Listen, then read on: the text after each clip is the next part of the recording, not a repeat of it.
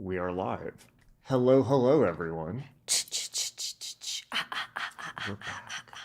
We're back. We died and came back. We've resurrected for you. I lost all of my hair and it somehow came out blue. I still have lost my hair. It's just gone. Also, my eyebrows are like partially gone too. God knows what it's like being in hell where we are obviously, very obviously streaming from. So, Yes, and where you're listening from as well. welcome to hell. It's been too long. We have been lax on the streams. It's largely because we've been building out magick.me, magick.me, my platform for magic, mysticism, and meditation. And there's a free course there, why.magick.me. And also we have an upcoming course teaching the whole of Cornelius Agrippa's 3 books of occult philosophy. We have a new introduction to magic class. There's a lot going on. But today we have political things to do. Advanced shout out to Tupac also. Tupac, the guy who allegedly arranged Tupac's murder, is going on trial today. So we are hoping for, or I am hoping for justice for the ascended master Tupac. So, Um, but also Tupac might very well still be alive. And he's living Machiavelli. somewhere, he's living I hope he somewhere is. in Jamaica. I hope he is. He doesn't owe the world anything more. He just wanted to be a dancer, really. He did, yeah. You guys, why? Why should we spend our time reacting to anything at all online? Well, first, y'all are online. And chances are y'all are seeing these things as well. And some of you might be curious as to what Wizard has to say about the shenanigans online. And by shenanigans, we mean Christian nationalism. 53% of Texans are Christian nationalists. And, I don't know. I thought we have to talk about this. When they legalized oregano, I really thought that they were going in the right direction. But within the past, 2 weeks, we have descended straight into hell down here in Texas. Those of you who are laughing at us, yeah, okay, we know. They took away our oregano. It's personal now. If your grandmother who needs it for her chronic back pain, she's gonna be a felon now. Just so you know. Anyways, so in the past, I had taken maybe a harsh position on TikTok. You did? Wait, what do you mean? Maybe. I think it could have come across as me making fun of people on TikTok, which is fun to do. It's always fun to make fun of people, which is what we're gonna do tonight. But anyways, the thing is with TikTok is that it has on it a lot of people and it influences culture and It's also hilarious. It's really fucking funny. Yeah. And also you learn a lot about what's going on TikTok. Now, this is interesting because I just got out of several year tunnel of Twitter and now I'm on TikTok. It is a completely different world. It is the difference between fire burning all around you and Disneyland. So that is the difference. I'm still stuck on Twitter. I gotta get off. It's a good balance. But right now on one of TikTok's most famous witches, Miss Jasmine Garden, who I need to give her flowers. Flowers, Miss Jasmine. You deserve all of them. She decided, or she was chosen and selected by Jubilee to speak with 20 different Christian women. And I want to highlight something before we even get started. For any of you who ever got it twisted thinking that we were traditional or right-leaning, I'm so sorry if that's an impression that we misled you to, because absolutely No. the fuck not. We don't talk about the patriarchy enough. And when it comes, and I know I can already hear sighing on the other side, when we talk about patriarchy and patriarchal systems, we're not talking about a literal fucking system that's instituted by the government. Systems as in the water in which you swim type Right. systems, the infrastructure of your mind The and way society organizes itself. how you organize yourself in relation to the world outside of you. And this is going to be an excellent demonstration between the difference of patriarchal women and women who have freed themselves from that bullshit. We're watching, I forget which channel it was on, but it's one witch versus 20 Christians, and she does great. She does great, and the Christians do not do great. Um, we have a lot to say. I want to riff on that too, unless there was more that you wanted to add to that. No. So, yeah, I want to underline that when I was going hard on Islam, which I have not changed my opinions on No, whatsoever, we don't like them either. um, I had one comment from a reader or a commenter that I wanted to address, and they said that I think that people were, from what I've gathered, not disagreeing with what I was saying about Islam, but felt that I was being a little bit cringe, which I was being cringe. I can be cringe, it's fine. He's a chaos magician. But just to be clear, we're against people telling us what to believe, right? And we're against the Black Brotherhood, which means the humorless, patriarchal, monotheist, fucking crusaders and jihadis. And so we are equally against Islam and Christian nationalism. They're both two sides of the same fucking horse shit. Yeah, they are. And we're against, frankly, any religion that perpetuates things like that. Although those are the big two. But lest you get it twisted, with my hawk's head I peck the eyes of Jesus on the cross. I flap my wings in the eyes of Muhammad and blind him. I spit on your crapulous creeds. That's our straightforward position. And in terms of what we are for, increasingly the women's witchcraft movement. Well, we have both agree, and Temple has helped educate me on a lot on this as well. But also my mentors agreed, including Genesis, my tantric teacher Lol. Even Grant Morrison pointed this out to me in conversation, which is, the women are carrying magic forward. And the women's witchcraft movement is the only thing that's big enough to function as a political bloc. Props to the Satanic Temple as well. Absolutely, and we're in between a rock and a hard place right now. Yeah. And so we're looking at the people that can actually be allies. And so those two things we're frankly for. And we're against the Christian right. Now, I have said previously on the channel, go easy on the Ned Flanders types. We don't have anything against Christians who don't want to tell us what to do. Yeah, I gotta say this. Mom and Dad, I know you're watching. They're big fans of the show. Mom and Dad, if all Christians were like you, we would not even be having this conversation. But you see, you're the outlier. I think this video that we're gonna react to, gosh, I've had to watch it in chunks. This is actually what people have an issue with. This entire interaction embodies the issue. And I could go on a monologue, but I'm gonna wait and y'all can see for yourself. But it is the difference between patriarchal women and women who have liberated themselves from that. And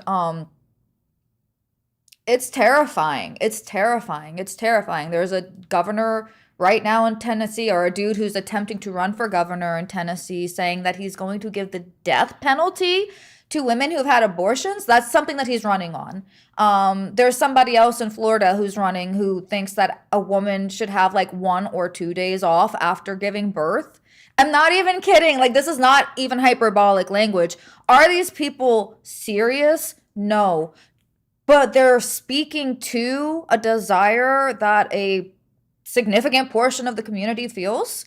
And if that is flamed enough through hyperbolic rhetoric and echo chambers, legislation could be passed that is utterly insane, such as the legislation with hemp in Texas right now. Right now, your grandmother who is using THC to help her back pain can go to prison for like 5 years if she gets caught with a high enough amount. And if you are someone who likes to harm the little ones in Texas and you get caught, you get less time. So just like do the math for me. That's all I'm saying is like do the math for me. It's literally insane. So that's a side note. That's a totally different topic, but I'm just saying crazy legislation exists. And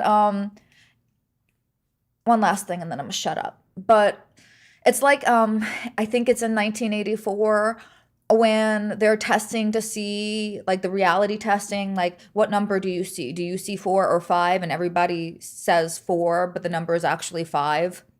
And the one person who sees it is like freaking out because they're like, why is this happening? Those people who are saying 4, once you get them to disconnect from reality completely, you can get them to do anything. And I really do think that these Abrahamic mythologies are hijacking people's like entire autonomy.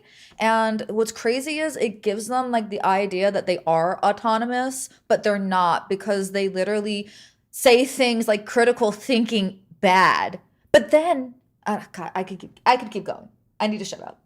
Well, there is one, and we're not going to respond to comments, but there is one comment. There's the obvious comment that should be addressed. Somebody named Cracker Barrel, which I assume is some type of white identitarian thing, which also we think is retarded. Yeah. Says so. If anyone got that idea just because we're criticizing Islam, no, we don't want white nationalists here. We don't want Christian nationalists. We don't want right-wing psychos either. Trust me, there's enough dislike to go around for everybody. But this person pointed out, where's the IDF hoodie, Jason? Now, first of all, it was a Mossad hoodie, and I still have it. And you hate Christian nationalism, but you love Israel. I haven't changed my opinion on Israel. And I think that Jews in America are basically in the same boat as we are. Also, And you know, we're not Jewish, but also not once has a Jewish person ever tried to convert me or frankly been anything other than nice. So likewise. we're in the same boat as them. Also, by the way, I did like my research on your dear Christian nationalists as far as how like literate and educated they are in comparison to Jewish people, as well as agnostics and pagans. And let me tell you, it's like way down the barrel. On top of that, too, knowledge of other belief systems outside of their own, literally, basically illiterate. So. It's these people that want to talk about objective truth, but literally through the lens of their belief system, which is ludicrous. And guys, this is going to be a hard watch. You're gonna if oregano is still legal where you live, take advantage of it for us. Yes, yes, yeah. So yeah, somebody's like free Palestine. I'm not getting into this shit. I think I've made my views on this clear. And what is Zionism? You know, Zionism is the right for Jews to live in their own homeland. Okay, that's it. That's it. Yeah, and so I am like I haven't changed my opinions on that. Sorry, you know. So all right, let's get into it, shall we? Yeah, I don't know. It's like for me, like the whole thing is fucking fake. All of it's fucking fake. Abrahamic mythology is what it is, and let me tell you that like up until 2000 years ago, the world was doing just fucking fine. And now suddenly we're in global crisis. It's obviously connected to dominion theory. Obviously. Dominion theology. Yeah. Yeah, which is people thinking that scripture gives them dominion over the planet to do what they will with. And since they're thinking they're all going to be saved, they don't care about anyone, frankly. They don't care about the planet or, all right, you're getting banned, Cracker Barrel. I wasn't going to ban you, but now that you're going off, you're banned. All right. Womp Sick of womp. this shit. Okay, and that we're just not going to respond to negative comments. It ruins everybody else's experience. It literally ruins the flow, and you do not change our minds. So, Yeah. Jason has been working on a really fucking cool website though, because By the way, if it seems as if we've been like going hard against the left, it's because I personally feel backstabbed by the left too, and I am actually mad at both parties. I literally feel homeless. I do not feel at all accepted by the left. I feel like their whole conception of reality is just totally off base, and the same is true for the right. Um, but with that being said, one of the reasons why I'm mad at the left is because of their transgressive actions, pissing fucking religious people off, and then the religious people legislating into law fucking things that are gonna hurt us. On top of that, if have you seen the negative propaganda about magicians and witches on YouTube? It's getting very bad. It's getting really bad. So, Yeah, one thing to point leading out. up to. One thing to point out before I show you the website. So this is a Pew Research. This came out in May. And this is, so 37% of US adults now say religion is gaining influence, the highest share since 2002. So this is, so you can see this right here, that's religion gaining influence. We don't like that. And this is, I guess, people thinking that it's losing influence, but it's not looking good. However, most Americans think churches should not endorse political candidates, but yeah. Rising share of Americans have heard of or read about Christian nationalism. And yeah, so we just saw that 53% of Texans are Christian nationalists. And I want to point out, those are the ones who are open about it. The others who might be Christians but not nationalists, you know they're going to fall in line with the other ones. Of You know course. they will. Of course they will. Of course. So if I have one thing to say to people, we talk to an anonymous audience, but people who are interested in witchcraft, paganism, occultism, you can't trust them. And one thing that we're going to see in this video is, I think that New Agers, pagans, spiritual people are very happy to say, look, your path is great. You can have your path. I'm going to have mine. I'm also inspired by lots of stuff in the Bible. That's wonderful. Like that, if that's what you want to do, that's your true will. That's what's right for you. But that sentiment is never reciprocated. Never, and you'll see that. It has never been reciprocated in history. And if you want to have an example, take a look at India. Hinduism has a long track record of saying, of just absorbing other religions. It's just like, oh, you want to do, pray to Jesus, Isha, great, come on in. But, or like Ramakrishna said, I'm a Christian like Ramakrishna, where he said all paths are paths to God, kind of. But they got effed on the deal. And the same thing happened with the Muslims in the Mughal invasion. So they are religious zealots who want nothing more than the conversion of the world. I tried to point out some of the mechanisms of that in my John Dee book. It's not an endorsement, by the way.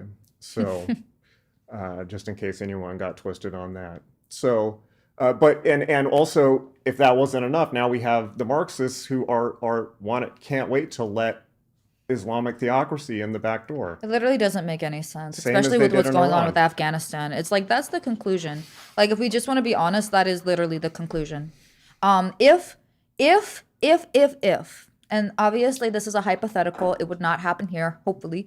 But if, let's say, the men of Texas decided collectively that there was going to be a law passed to take away, let's say, women's rights to, I don't know, go to college.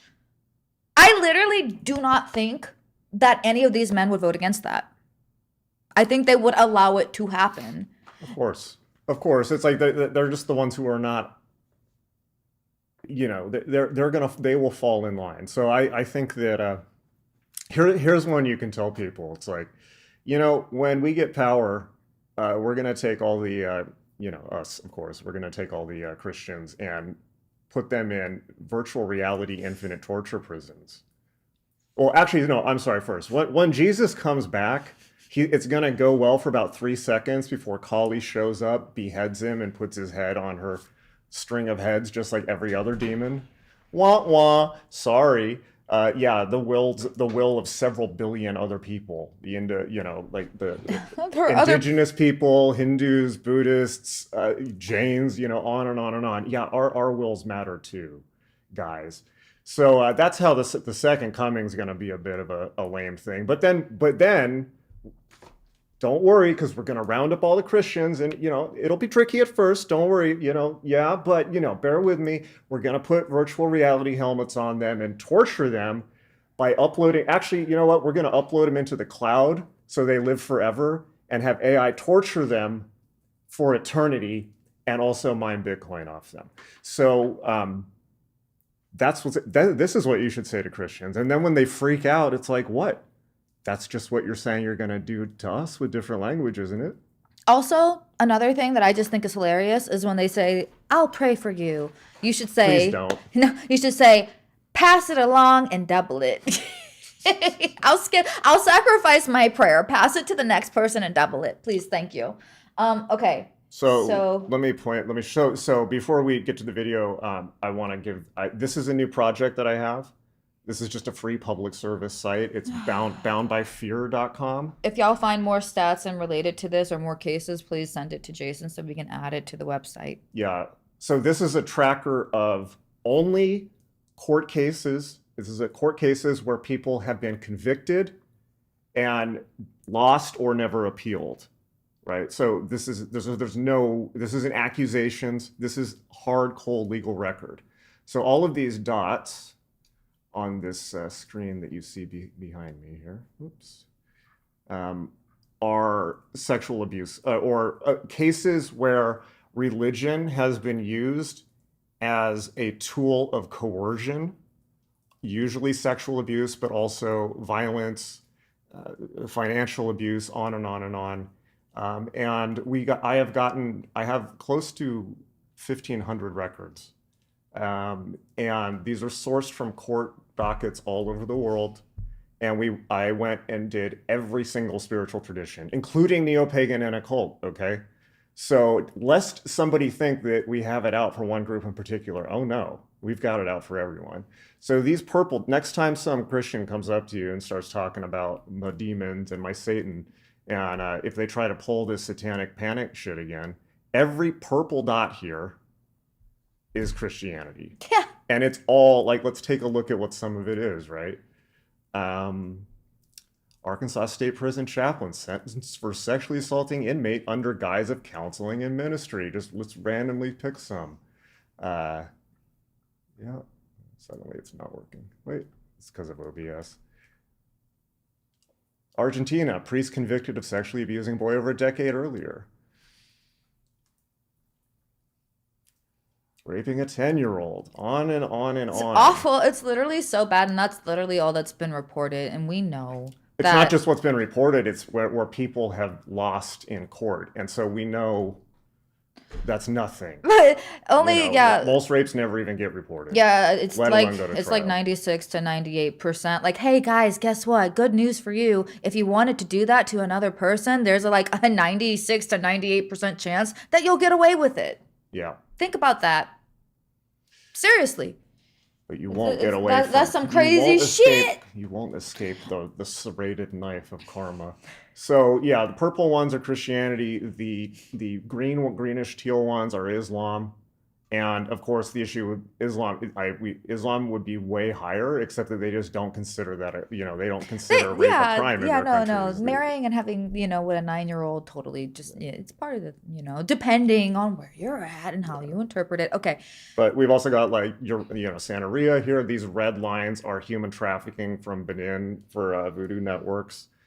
And so, of course, these traditions have also produced the journalists and reformers who have called out these abuses in their own traditions. So we're not attacking anyone across the board, but particularly when you look at the numbers of Christianity, it's like y'all have raped the planet. Okay, and again, and everyone on it. And if mom and dad, you are watching this, again, this is not you. Right. This is not you. This is not you. We're not, because I feel like people tend to get reactive because when you say, not you, but when people go after Christians, a lot of people are thinking of their grandma or something like that. You should say the thing about the church, how people interpret the word the church. Yeah. So if you're, this also depends on which denomination you're a part of. So I come from New Orleans Catholic denomination, which is practically Satanism in the eyes of many other Christians. So It's very goth. it's very goth. But like part of the idea is that the church is actually the congregation. So the people that you're praying next to, that's the church. It's you. You're the church.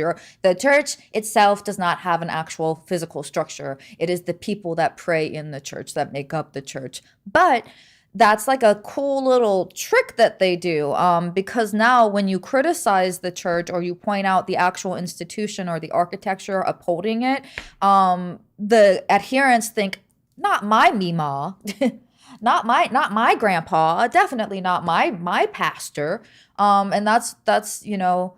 That's a nice little trick that they do. It's a subtle little program that they put in, and that's all I want to say is like literally we need to get on to responding to this video, reacting to this video because it is a little bit long and we may not finish it, honestly, because it's kind of hard to watch. We should finish it.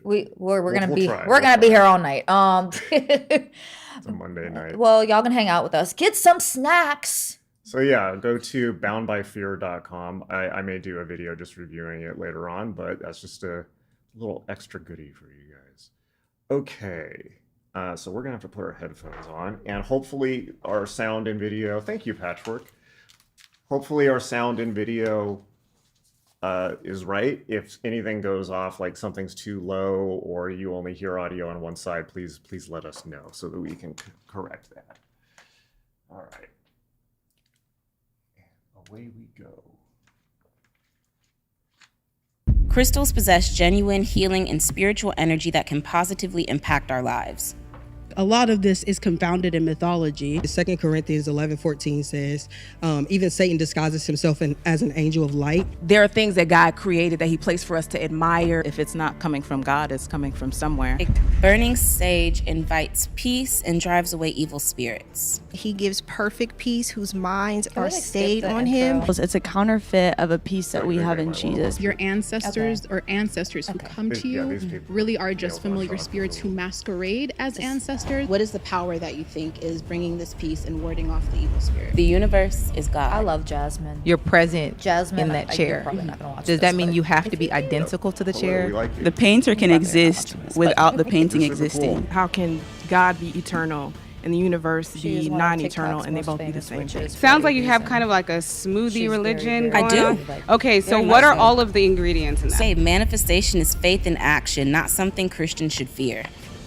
When others that are non-believers do it, it is self-deifying. No, God is the one who's doing the manifesting. We don't have the power on our own to do that. If I say I'm gonna go to work tomorrow and I get up and I drive to work and I go to work, I didn't manifest that. I just did. I need to ask you, was Jesus the God incarnate? Tarot cards are a valuable spiritual tool that can provide wisdom, clarity, and direction. We as Christians, our perspective would say that's a no-go. My church hurt is redeemed through Jesus Christ. One of the things that I really struggled with was identifying God as a he. We understand that to be from God. So this one is particularly mean looking. They're all pretty awful. It's like Burroughs had a... Mind you, I do want to point out, like, they all, like, it's Christians, if you are watching this for some reason, this is how you come across. And this is why people don't fuck with you. Yeah, mean, pinch-faced. Yeah, also always remember what William Burroughs said. If you're doing business with a religious son of a bitch, get it in writing. You're not safe, especially with God telling him how to fuck you on the deal. Oh. All right. The Word of God himself.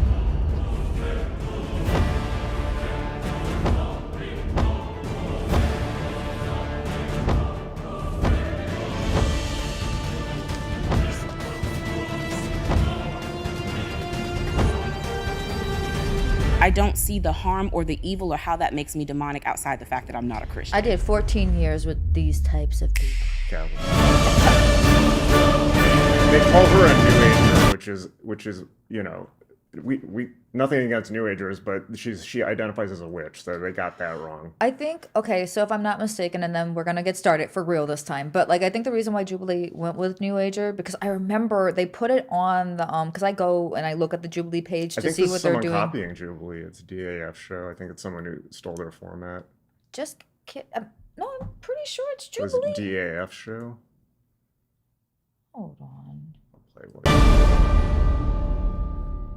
Hello, everyone, and welcome to the Dr. Dap Show. Today, I'm here with one New Age lady, Jasmine, and 20 Christians, and we're going to have a conversation around faith.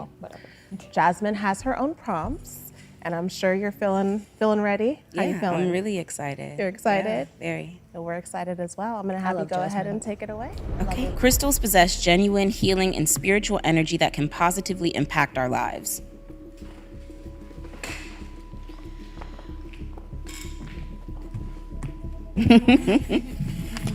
I'm Jasmine. I'm Nia. Hi. I'm Janine. Hi. I'm Kalia. Hi. Crystals possess genuine healing and spiritual energy that can positively impact our lives. I do believe that there are energetic properties that come with crystals, and so that's why I chose this prompt. I know there's often an association of crystal usage being demonic because it is not of God, but crystals are also mentioned in the Bible, and they are mentioned in specifics, like with the breastplate of righteousness. There's sardonyx, there's lapis lazuli. Lapis lazuli, for example, is great for strength. That is one of its energetic properties. Makes sense as to why God would choose one of those as something to go in a breastplate. So that's why I chose this prompt. Awesome. The first thing I want to ask you, and I won't ask a bunch of questions, I just want to be able to begin a dialogue. Sure. What science do you believe or have you found to confound the claim that crystals possess healing energy? So when it's like, where do we even begin? We just started. We were watching this last night, and what I said at the time is, when religious people talk about science, I think that in their head they have some narrative. Not everyone, but true believers. They have some narrative that they got from their pastor or something, which is, science is coming around to discover the Bible is true. Yeah. People play the same game with Hinduism. They play the same game with magic and New Age stuff. It's like, no. When people talk about crystals, I almost want to join the Christian side. Well, I'm sorry. That's insane, literally. You're on the wrong channel. That's yikes. We have a ton of crystals over here. Oh, yeah. So, I'll save my zinger for a little bit. Well, no, I'll say it now. What I say to Christians who are obsessed with crystals, it's like, if your faith is so weak that it can be shooketh by a rock, a little rock, you might need to work on it. I think of the science behind it, it's not necessarily that science has said these vibrations match love. But if you see pink, more often than not, pink as a color, because color theory exists, is associated like the color that you're wearing. It's very soft. Yeah. It makes you feel maybe a little bit more calm, just like the color lavender. So I think the same way colors have an influence and music would have an influence, crystals have the ability based off how they look to make you feel a certain way. And when found in mass, in caves and things of that nature, there may be an overwhelming energy that you feel from that. So that's my standpoint on it. It's not necessarily that I believe scientists said. That's not what it is. When we think of healing properties, all things that heal don't have to be through the methods of, I want to say this carefully, science, because you can heal emotionally. And I'm sure there's like a scientific connection to that. But I think if a song makes you feel good, like, has there ever been a song that got y'all through something? Well, then that song has healing Christian properties. rock. The artist that sung that song may have an anointing or a calling or whatever to sing, so their voice has healing properties. So this crystal has healing properties. Okay. That's how I see it. So you would say the healing properties are more so something that is experienced and observed by humanity. Okay, cool. Because I was going to say, I've had a few conversations with New Agers, and there tends to be kind of this co-opting of scientific language to push forth. Where do we even begin? It's like, y'all think that Jesus rode dinosaurs, okay? Like, literally. Let's use a real example. Y'all think that Jesus, I think, divided, was it 2 loaves of bread and 3 fish amongst 5,000 people or something in that area? Shut up. Yeah. Shut up. It's like, as the late, great Bill Hicks said, it's like, these people think that, it's like, well, what about dinosaur bones? It's like, well, that's, Satan's going all over the world hiding dinosaur bones to test people's faith. And I don't want to hear either in the comments. I don't want to hear, well, obviously it's symbolic. No, some people actually literally believe that shit. I've literally had debates with people who are like, there are chariots at the bottom of the Red Sea where Moses split it. There's actual evidence. No, there's not. I've had conversations with people who seemed That's a lie. otherwise rational, who are Christians, who like were saying that that hell is literally in the earth with levels, and that heaven is literally in the sky, like a video game, like Super Mario Brothers. It's like, I think that New Agers, certainly pagans, hermetic people, occult interested people, tend to be really well educated because we read a lot, and that is not the case with Christians. And I don't think that anything in experimental spirituality, shall we say, or magic conflicts with science. No, it's actually at all. And it's like, basically, it's like anything can, if you present a scientific claim, just be prepared. It can be falsified, and be okay with that. And you should be okay with it as long as you're seeking the truth. It's like, we're in the age of AI. No one's going to believe your bullshit anymore when they have ChatGPT. Also, like, another thing that I want to add too is, and then we need to watch this video. But like, tell me you haven't actually studied the craft without telling me you haven't actually studied the craft. And what I mean by that is, if you cannot see that witchcraft is the most scientific out of the religions based off of what they have to offer, and if you're cackling right now, it just tells me that you don't know what you're talking about, because you haven't actually been a part of a circle. You haven't actually done witchcraft, and you haven't studied it either. So yeah, what's more scientific than the sun comes up and the sun goes down? And we should be grateful that it does. And what patterns can we discern from the plants growing and then dying? Like, that is literally what witchcraft is based on. Yeah, and just to clarify from indigenous stuff. Thank you, Jacobus. Good to see you. Thank you, Patrick. Thank you for the super chats. Much, much appreciated. Thank you, thank you, thank you. Thank you. Patrick says these people actually believe that history and education is of the devil.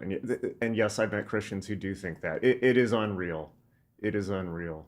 It is unreal. And this is, well, what I was going to say is, occultism, a better way to use it, is what they said in the Renaissance, like I talked about in my book, natural philosophy is what they called it. And the idea was, with Hermeticism, is that by studying the patterns in nature, you can see how God creates the world, right?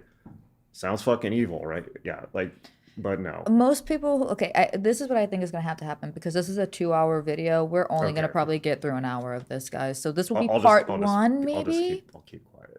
That they are affirmed by science. Yeah. And a lot of it tends to be like a pseudoscience or just like a misunderstanding of the science. I actually read a holistic medical journal from Nelson Mandela University, and they were talking about how amethyst is associated with not getting drunk. And then another crystal, another crystal was associated with not being poisoned. And I looked that up, and it was confounded in Greek mythology and confounded in Roman mythology. Right. So I think it's important, just for the viewers as well, that like a lot of this is confounded in mythology. And if you believe in mythology, then that's okay. Right. But I think the claim crystals have healing properties can insinuate that there's a science Absolutely. backing. I do think there should always be like a differentiating or a specification as to what the healing property is, because I've worn amethyst and then went out to the bar and got plastered. So I know for sure it doesn't keep you from getting drunk, but that's not a claim that I would make. Yeah. Normally when we talk about amethyst, we talk about its association to the crown chakra, so its ability to help provide knowledge, but that's because purple is associated with royalty. I do want to say, like, man, this woman, like, I was just introduced to her, like, badass, right? Like, just, I would love to see some ceremonial bro like go up and do this. Like they don't have the cojones. The ceremonial bros would probably disagree with everything that these women say, and they would probably bend backwards and just try to like accommodate whatever worldview they have. Maybe they'll disagree a little bit, but I mean, like, these are patriarchal women, so like ceremonial bros would love them. This is like, within the last 2 years, Christian nationalism has taken off. Islam has gone crazy or just been on the march. So it takes balls to stand up and do this, or it takes ovaries, you know. And this is what we need more of. And I'm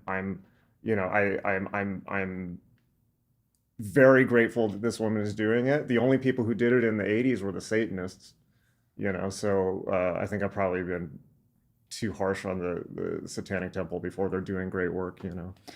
She's giving us a master class on how to control your energy, because I think my eyes would roll so far back into my head that they would never come back to the front again.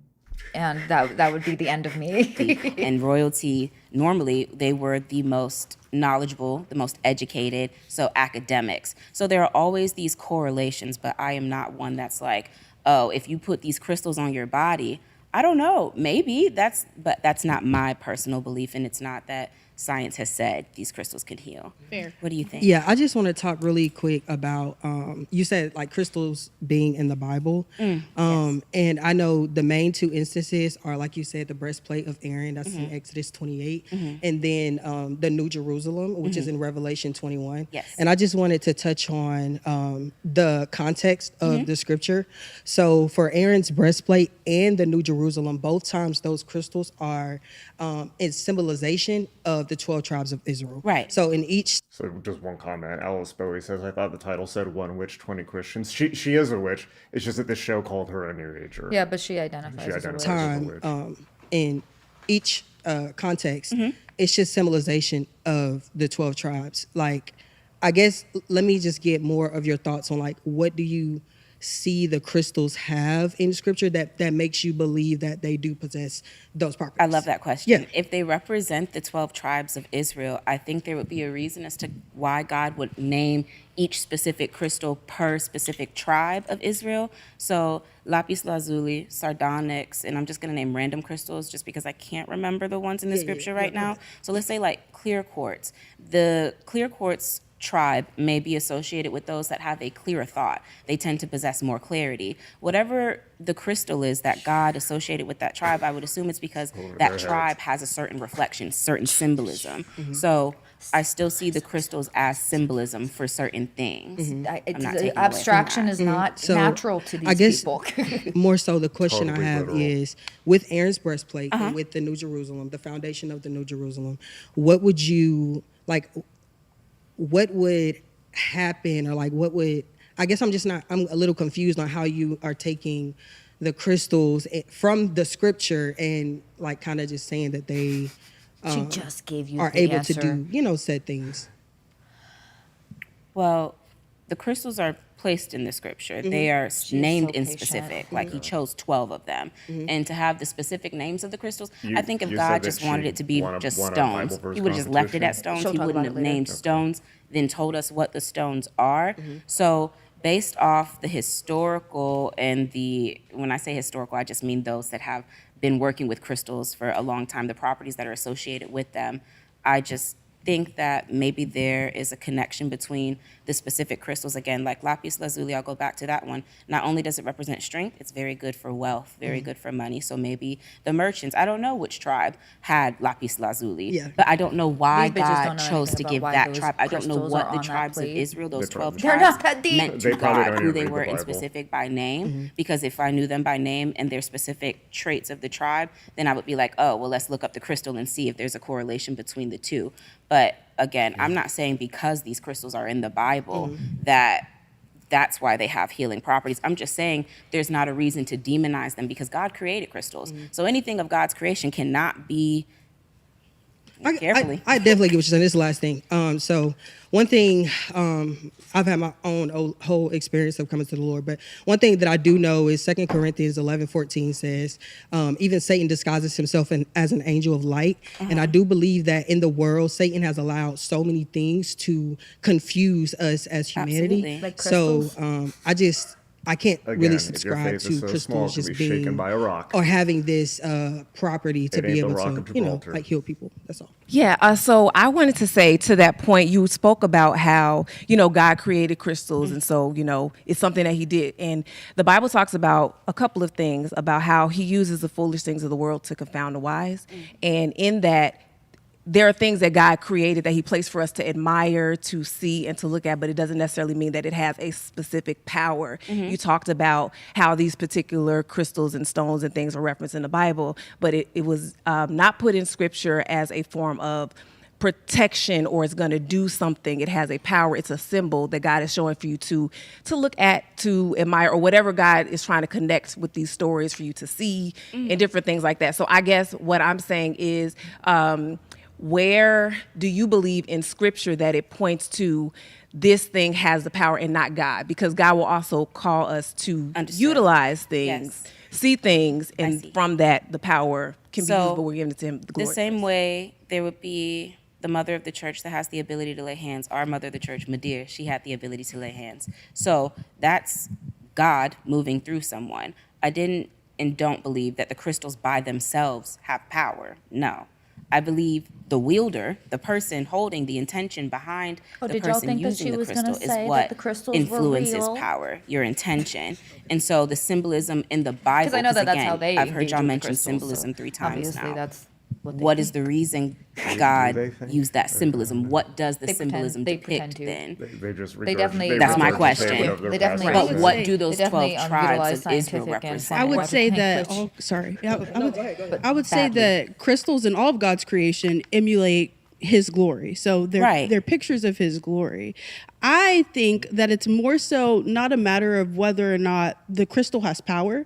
I would ask whether or not it's spiritually safe that crystal has power. Because like you said in the first prompt, you believe that there's a pantheon of gods, right? Gods were created by us. And because of that, there are gods that are not fully benevolent creatures, right? So for instance, the beautifully she's Egyptian put god Hathor Sekhmet No, I've already associated with made turquoise. I would not be able to have She that much patience. was I on have a walked out of commission interviews to like this. kill all of mankind, and Ra had to step in because she became infatuated with the bloodshed. Bloodlust. Yes, Yeah. and he had I love that story. He had to give her a fake blood to satiate that He desire. flooded the river with wine. Right. And so if people are not in the right intention or not channeling the power of the crystal or if there's a negative deity, I won't say negative deity, but a deity that has negative attributes, not fully benevolent, associated with the crystal, then how can you say that it's a spiritually safe practice or that it's an always healing practice to engage with the crystal? I think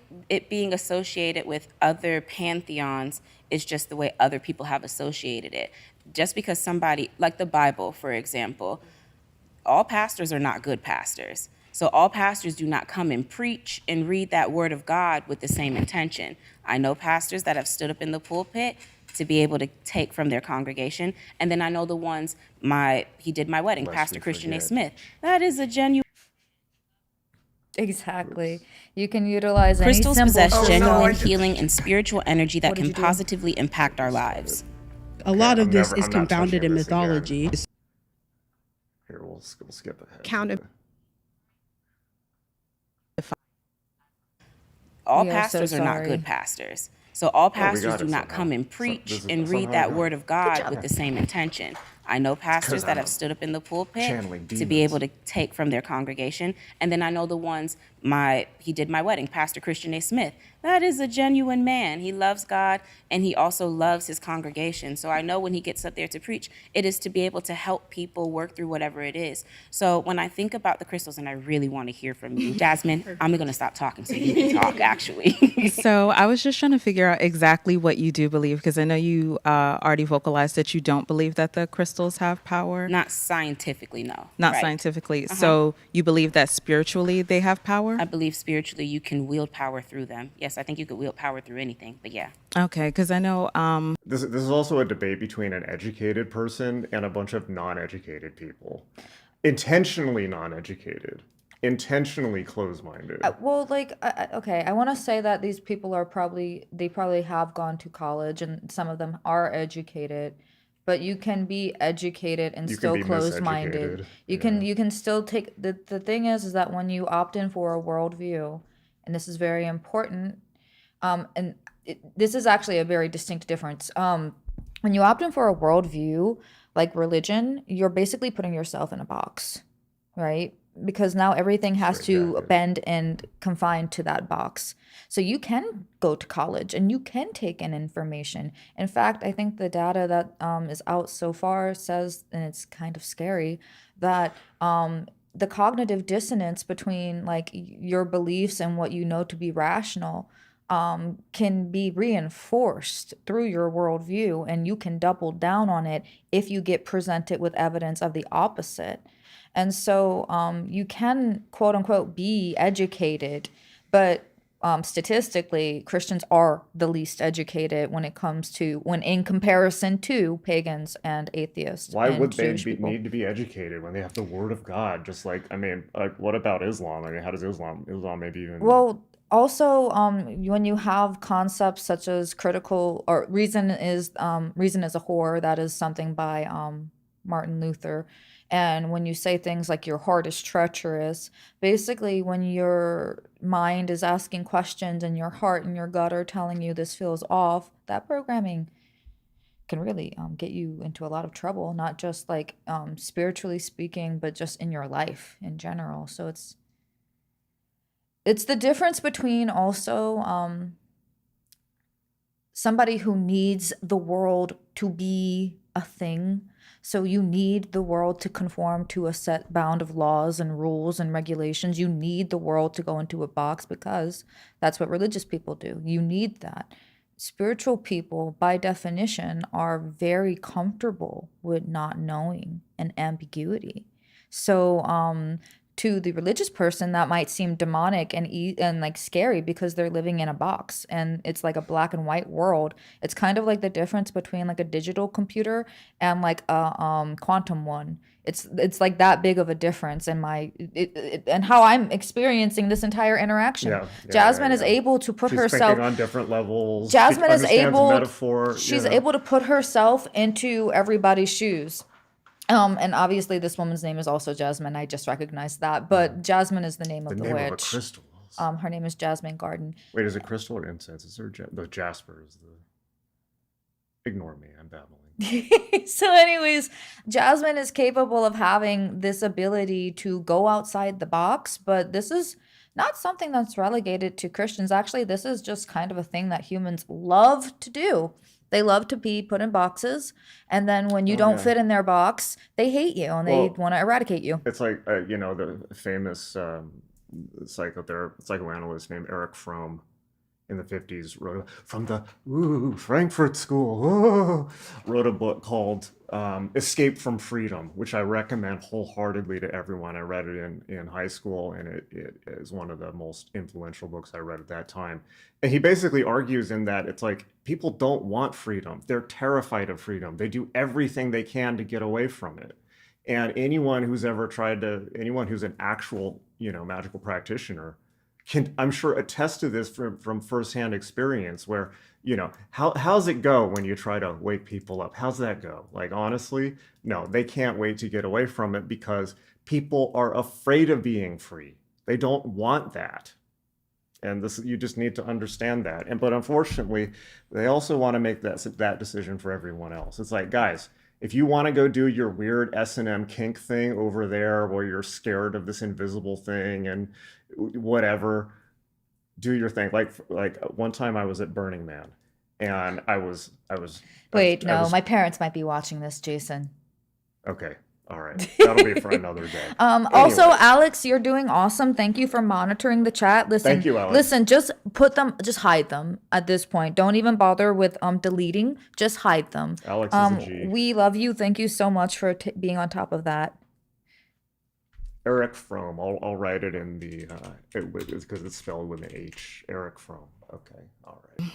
Back to Jess. What I was thinking about was the study that they did where they found out that crystals, people who were given genuine crystals versus people who were given placebos. It was done in 1999 and also in 2001 by Christopher French. And they found that there was no difference. Right. And that proves the then point. They redid the study in 2025 to do something a little bit more recent. And they found that when they spoke to people and they kind of told them what they would feel when they had the crystals, whether it was real or fake, the people who responded to it were the people who were told that they were going to feel something.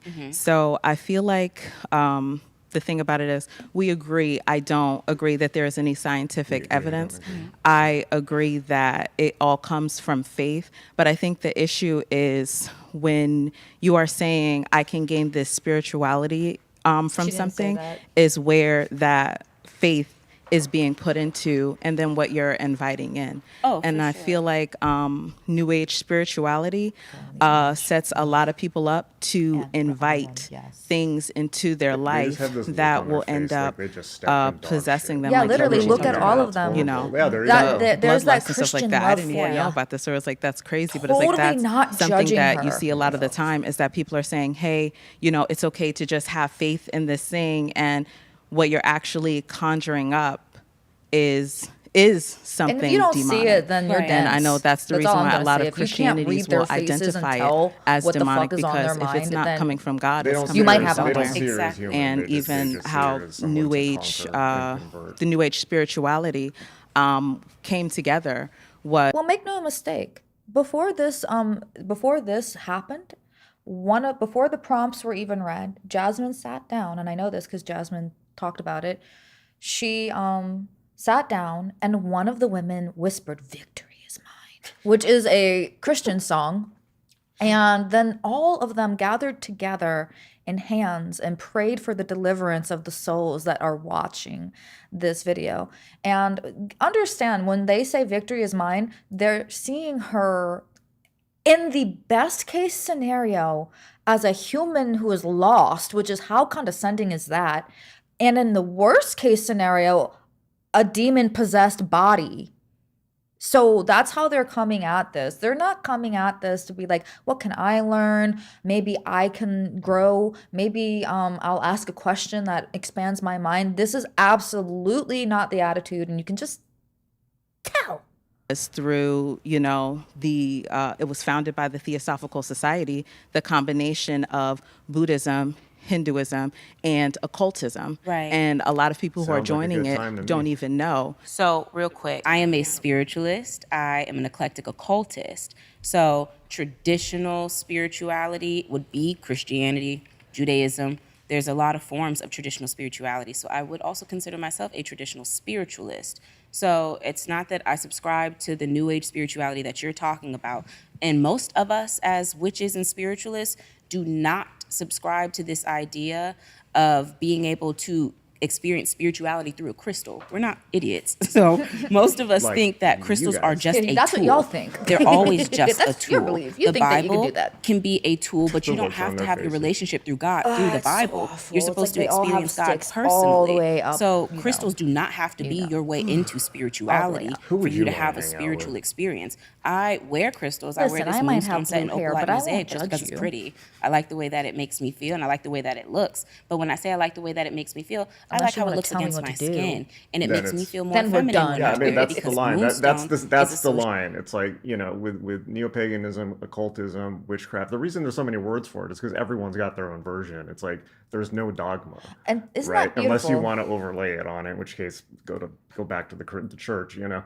But I think that particularly for me, growing up in the '90s, the thing that really differentiated neo-paganism from other paths, shall we say, religions, is acceptance of LGBT, acceptance of all racial backgrounds, acceptance of neo-paganism is very accepting. Part of the reason is if you come from a theology that everything is the manifestation of God, as you know, a Vedantic or a pagan understanding, then you're interested in people. And pagans are all basically like mini comparative religion professors, because you spend so much time reading from all these different religions looking for truth.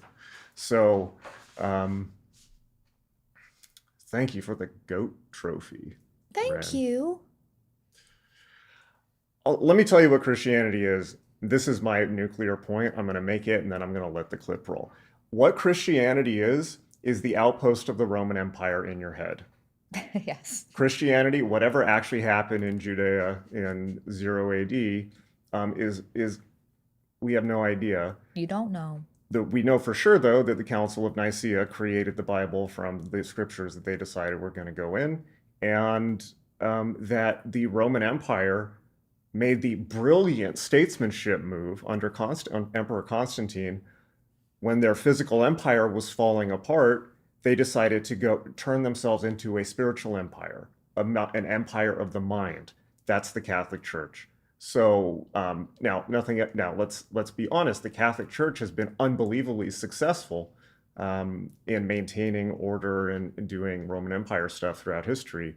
But all that stuff in the back of your head, the residual fear of hell, the fear that somebody's judging you for touching your own bathing suit area, whatever it is, that's the Roman Empire still camped out in your head 2,000 years later. Break free.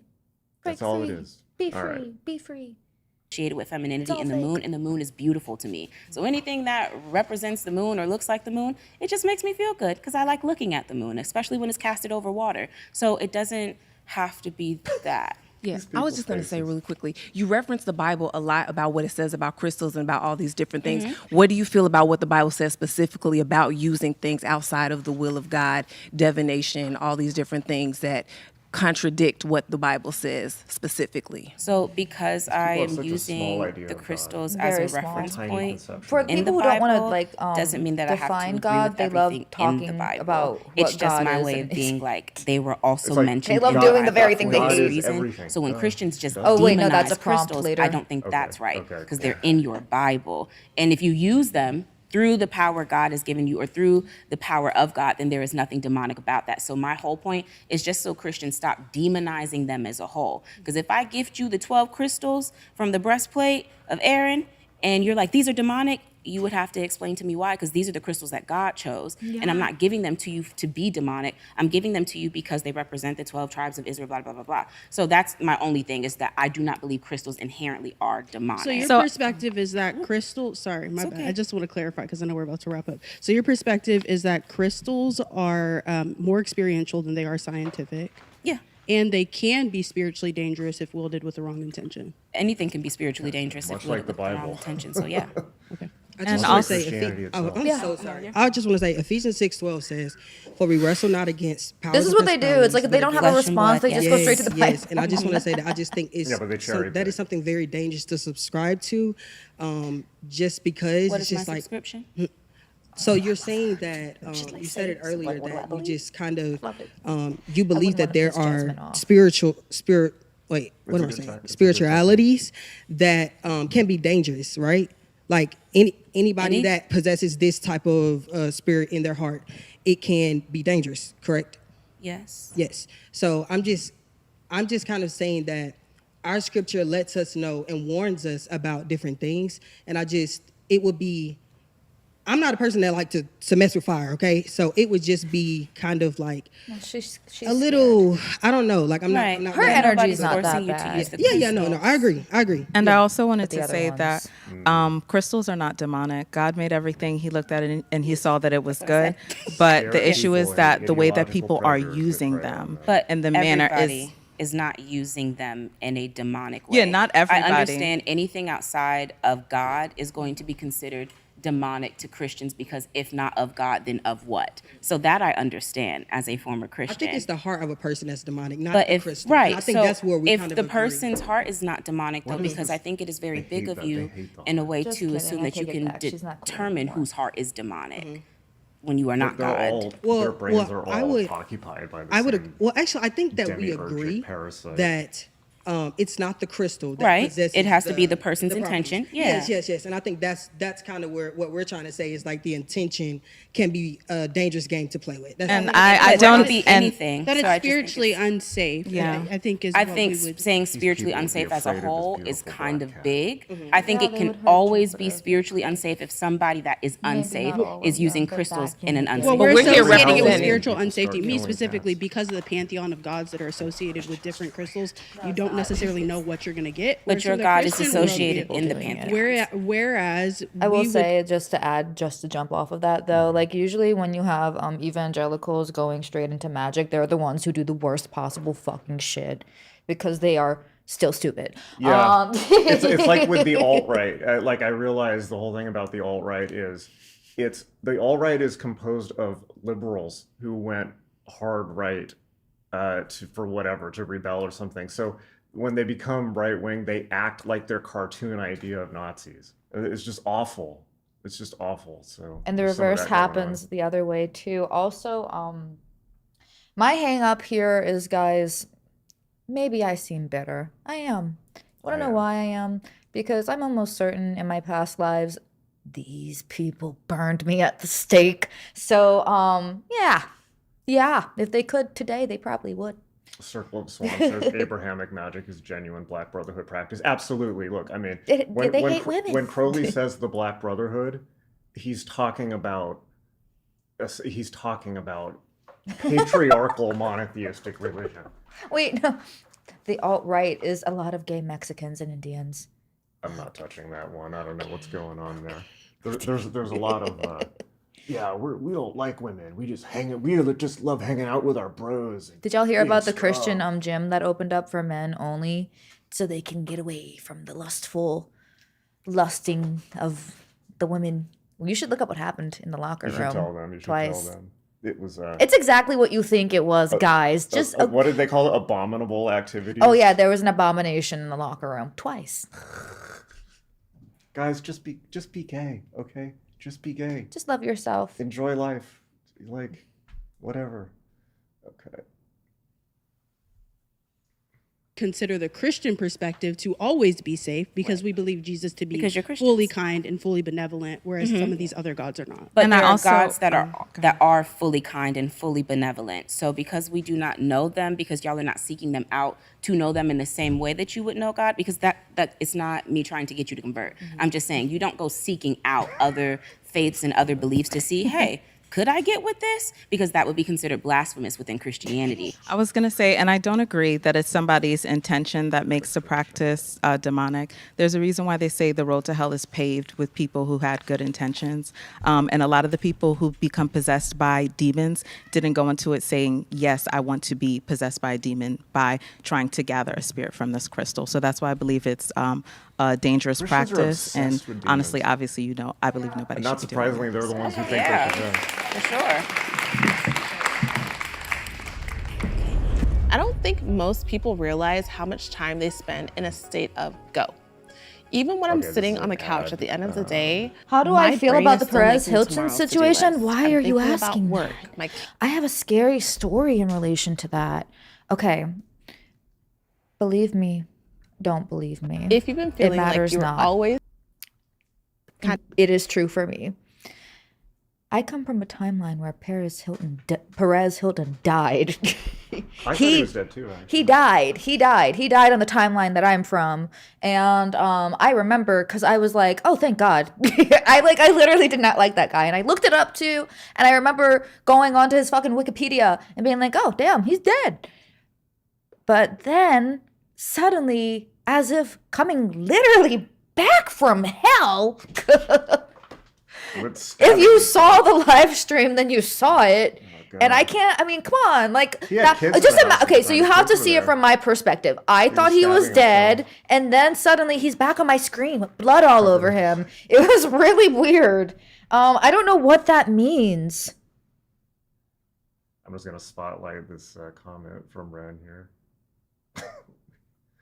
There you go. Homophobia, shaking hands with misogyny, shaking hands with actually being gay. Very good comment. Okay. Yeah, it's just like, guys, be gay. Be free. Live life. You're not going to hell. Like, seriously. What if the eternal return is actually the truth?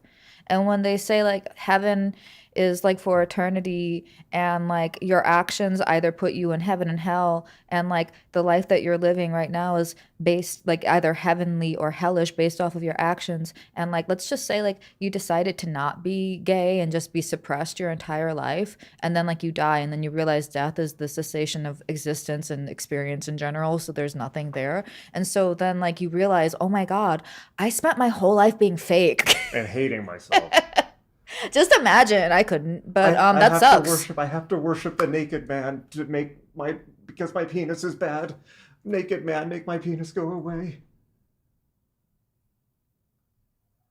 That gets me the most is that sage is not a weapon that demons bow to. Demons bow to authority. Mm-hmm. So that's why we see in Luke 19, 10 and 19, he says, my authority I give you to tread on serpents and scorpions. So I think in this New Age, but I know you said you weren't New Age. I think it's more so not only a source issue where it's like what source, but a faith issue, because the word of God says that faith comes by hearing. And I think a lot of people with New Age or spirituality depend a lot on what they see instead of what they hear, right? Hearing the word of God, right? So they use things that they can see, like sage, crystals, tarot cards. And I believe even with that, it's like we want the spirituality, but we don't want the accountability, right, that comes with it. So, and I'll make my last point. So we talked about power even before. I heard you mention power a few times. And what I think, again, with New Age and spirituality is that, yes, we know that there can be power there, but we are talking about authority, right? And there's a difference between power and authority. Much like I used to be a police officer, and if a semi-truck was coming down the street, all I had to do was raise my hand, and what would the semi-truck do? It would stop because power has to always bow to authority. So my question would be, why would you or anyone who practices New Age or spirituality choose a lesser power when you have the opportunity to have authority? Ooh. Glad you asked me Let's that. Jasmine so again. let's Look at how talk she about handles it. lesser power. Yeah, I so think like the when Catholic you Church, guys for say instance, New so do Age, the Orthodox. the They're words mean contradicting things. themselves. So new, meaning relatively just. People who need to understand also, particularly people who aren't in America, the Christians in America, I'm not talking about the Catholic Church, I'm not talking about the Orthodox. They are actually lineage Christians. Yeah. The Protestant churches in America are cults. Yeah. And they were all kicked out of Europe for being annoying as hell. And like they were doing their snake handling and shit over there too. And so if you've actually studied Christianity, you understand that a lot of these so-called Protestant evangelical churches are heretical. For instance, the prosperity gospel, worship mammon and call it Jesus. You couldn't be more antithetical to the idea, the Catholic idea, the Christian Catholic idea of taking a vow of poverty, for instance, or the poor shall be the first. They're completely they're 180 degrees opposite from Christianity. Yet they want to flaunt their nice cars on Sunday and their their tax-free real estate and all of that. So I think even on scriptural basis, these people aren't Christians, right? Catholics are Christians, Orthodox are Christians. Well, that's like a great debate, and this is really That's a whole other thing, and it's something that because we're chaos magicians over here, we love to like get into the minds of our ops. And so for the past like 5 to 10 years, I've just been tunneling deep into the nether realms of the fucking right conservative mind. And I already forgot what I was going to say. Fuck, I was leading somewhere and I lost it. Alex says Catholic is canon. Yeah, I mean, if you want to. Yep, that's it. Yes, thank you. Yeah, exactly. Catholic is canon. So this is a literal debate in the Christian sphere. And let me tell you, Catholics and Orthodox Christians, they have claim to lineage. They have claim to authority. All these other fucking branches do not. It is basically whatever school your fucking pastor went to and whoever was teaching him and how he feels. And so I do think it's really fucking rich and hilarious that these people are going to sit here and talk about authority, especially if they are neither Catholic nor Orthodox. That's insanely hilarious because they get it from the book, but Jesus literally says in the book. So if we're going to, this is like where they fucking lose me. Okay. They lose me a lot. Okay. They lose me like from the get, but like Jesus says in the New Testament that the church and its teachings are not going to be from the book. It's going to be a changing process. It's going to be in the word. It's going to be in the congregation. I forget what the exact line is, but that's what he says. And the contradiction is that if you go by the book, Jesus says that you are to not go by the book. So you're to go by the church authorities, by the disciples, by the people like his, by his disciples. Because allegedly that's where the church is descended from. It's descended from Peter. So that is who has the authority, not the fucking book. So it's like they literally, That's what I'm saying. Like, just going back from my first comment about 1984, it's like the cognitive dissonance started at the very beginning. If you believe that a woman comes from a man's rib, already you're gone. Done, son. Yeah, I mean, if you want to get actuarial about it, the Catholic and the Orthodox Church are the capital C Church. They are the ones that are unbroken lineage to the foundation of Christianity in Rome. They both recognize each other as valid. They disagree on the minor point of the filioque, but largely that had to do more with geography and growing apart over large amounts of geography. Everything else is here's what I think Christianity it is based on what I thought the book said. So that just is what it is. That just is what it is. Okay, and I think Jasmine responds again perfectly and gracefully and in a way that I would be such a smartass. I have a lot of growing showed that I up need on to the do. scene. But Christianity is also new. The Bible in which you are speaking of was written when? 1,500 years ago, until I believe 95 AD. John of Patmos was the last one who wrote Revelations. So if we have this book that was written by over 40 plus authors, but over the span of almost 1,500 years, but humans ourselves have been around almost in this current version of our bodies, 50,000 years. We are missing a lot of time there. So when we say this, why would I settle for a lesser power?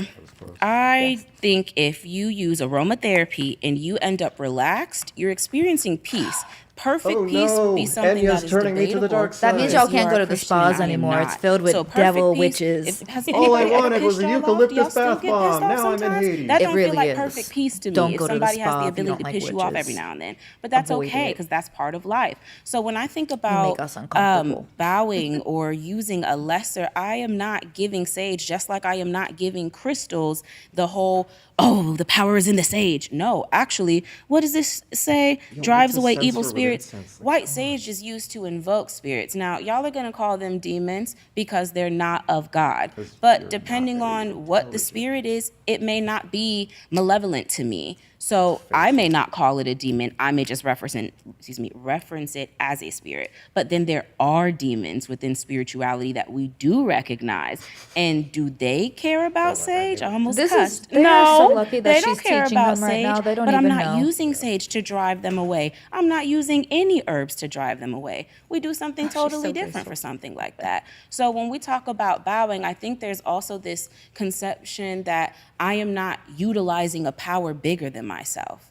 I don't do anything solely or alone or just off my own strength. Every now and then maybe, but normally I am calling something through. I have ancestors, and I have ancestors that did big stuff, big things. And so I will call them through. I may call through.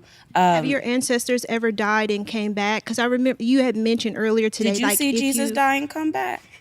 I didn't see Jesus die then and come real back, but we quick. see, Okay, but we, I'ma but we, keep going, but though, we 'cause I do let you see make in all your scripture where points. he did die I let and you he make came all back, your points and we have interrupted me in the middle eyewitnesses. of mine. I just want to make sure we have time so I can get to everybody else. Sure, no I really problem. just want to finish answering your question. Sure. I don't want to beef though. Sure. But have any of my ancestors died and come back? One, brought back on a more table. Because that happens, people do die and then get revived. Just to answer your question as you asked it, yes, one of my ancestors has died and come back. But do I think they are Jesus? No. Do I think that they can save me from all? No, because my ancestors were humans. They were people. They had their own problems, but they had their own strengths. The same way you trust grandma to pray for you, I trust my ancestors in the ancestral realm to do what they can for me over there. What's your standpoint, though? Thank you. I appreciate Of course. it. Yeah, what you were talking about your ancestors, I'm guessing they appear to you and help you with things because you're talking about in I the won't say they spiritual appear realm. to me, but yes. In the spiritual realm. So what's that look like for you? It's an experience. So my mom died when I was 6. I cannot hear my mom's voice because I have not seen videos of my mom since I was maybe 7 or 8. So I don't know what her voice sounds like anymore. So when my mom shows up, it is an overwhelming sense of safety. I immediately burst into tears, and it just feels like because I remember what being around my girl, but I know I do agree. Jasmine is a very strong Dakini, obliterating ignorance with grace. I want to be more like her. After watching this, I realize I have quite a bit more work to do on my end because I just am not there yet. We're talking about. I'm not doing this. No. Props. I couldn't do this. Thank you to her for doing this. I couldn't do this. She is better than me. She is. With that being said, I am looking at the comments. Yeah. Y'all don't even want to know where I stand with Jesus, because Joshua from Nazareth absolutely existed. Yeah, Josh from Bethlehem, Nazareth, whatever. There were multiple. There. I don't know, like, that these people are aware, but like the name Joshua was super, super common, and there were like a ton of Messianic Joshuas running around claiming to be the Son of God, and plenty of them did miracles. And plenty of them died and were crucified.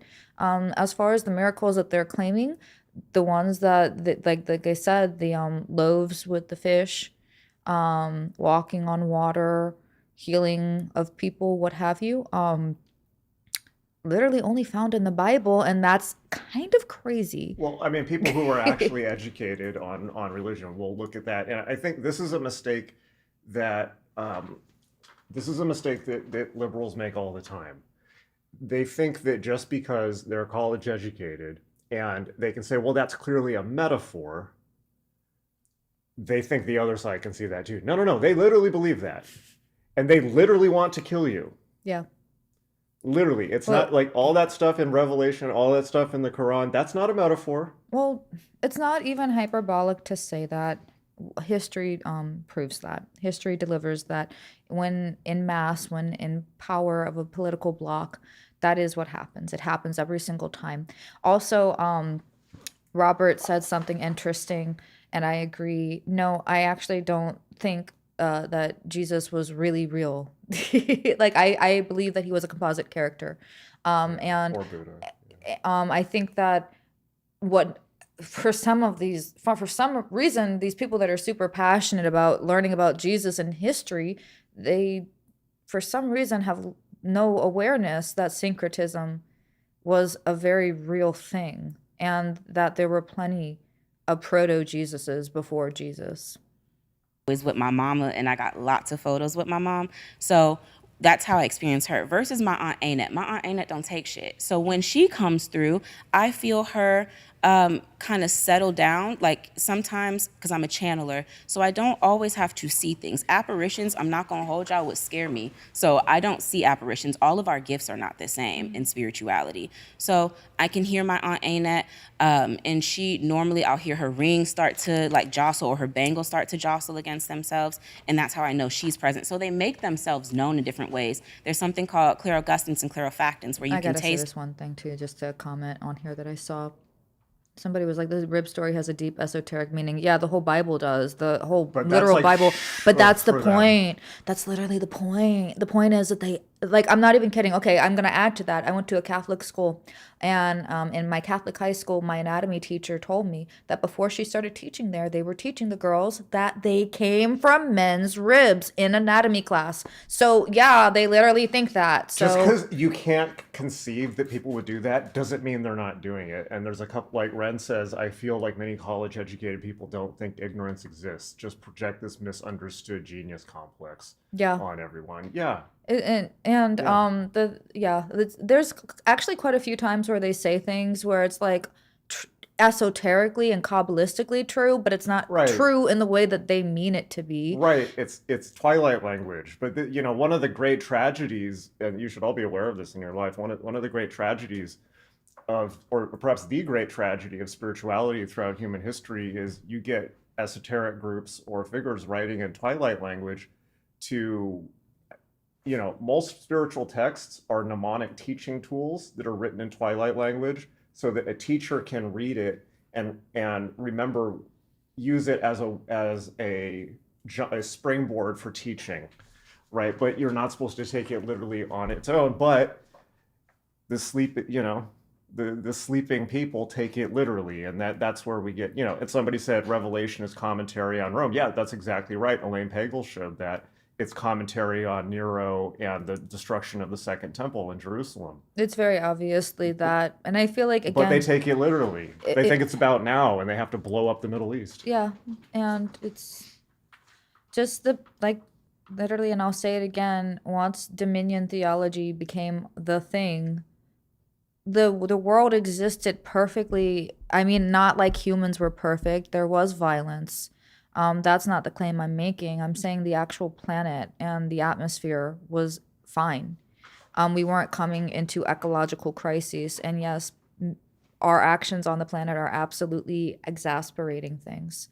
So when you decide that you are separate from God and that God has given you dominion over the planet and that everything is under your control and you can do what you want with it, we can see now, 2,000 years later, where the conclusion goes to, which is you can be incredibly abusive and horrible. And we existed on this planet. Jasmine said the past 50,000 years. In a way, she's kind of right, like as far as like humanity within this cycle, but we've existed for about 350,000 years. And it was only like goddess religions, I think is what she's referring to, go back about 50,000 years. It's only 2,000 years ago when we started this fucking bullshit. So it's relatively new in the grand scheme of things. Or smell certain things. So I may smell my Uncle Stanley before I recognize, oh, he is present here. I might smell what smells like Bud Light, and I don't drink Bud Light. And why is this smell just wafting into my nose? So that's how they show up to me, to answer your question. Yeah, I love that. When they show up to you, what are they usually doing? What are you channeling? It depends on what I'm doing, because they don't just show up. Ancestors have to be invoked. They are not omnipresent, omniscient, and things of that nature. So you have to call on them, and sometimes you need a way in which to connect with them. So that's why people set up altars, so they have something to focus on. They may have a brush from their grandmother, they may have a perfume, they may have their picture, so they have to be invoked. Yeah, that's actually a very useful technical point, and I haven't thought about that way. She's using Christian language where she's saying, you know, Martin Luther said, I think it was Martin Luther said, God is omniscient, omnipotent, and omnipresent. He knows everything, he can do everything, and he's everywhere. Okay. But she's making a technical point where she's saying that spirits are not like that and are lower on the hierarchy, so they have to, you need to do a bit more to specifically get them. They're not just like with God as, you know, you just talk and he's everywhere in that line of thinking. So I think that's just an interesting technical, magical point. So I don't know if you've ever heard about like, so we know you work with spirits, right? And so kind of going back to the sage thing, sage, people do it, whether New Age, witchcraft, occultism, that whole thing, whether it's sage, whether it's crystals, it's a counterfeit of a peace that we have in Jesus. Because a lot of people that are in the occult, right, they seek peace, protection, or direction. And I bet even people that come to you are seeking one of those three things. But I personally believe that in Jesus, he gives that peace, that he gives that direction, that he gives that sense of safety. And I feel like I just even want to encourage you that you do have a gift. You have a very strong gift on your life to see and to hear and to experience, to be sensitive to the spiritual realm. But I do believe that the devil comes to steal, kill, and destroy, and that he's coming to veer you off or deceive you and use you in certain ways. In reality, when God wants to use you in a powerful way. And agree with that, actually. Can I ask something? Because I don't ask many questions. I normally ask the questions. How many people has the devil killed in the Bible historically? Oh, I don't know the number. Do you know the number? 3. I don't know the number. 3. And if you look it up, the devil has killed 3 based off God's instructions. Do you know how many God has killed in the Bible? We don't have to talk about like outside of that, because then we know the numbers will then be altered. But just based off historical record, and we're going to say historical record is the Bible for y'all. How many people has God killed? We could start with Lot and everybody that got smoked there. We could start with Job's first family and then go from there. But see, he instructs Satan to do certain things. Nothing can happen without God's permission.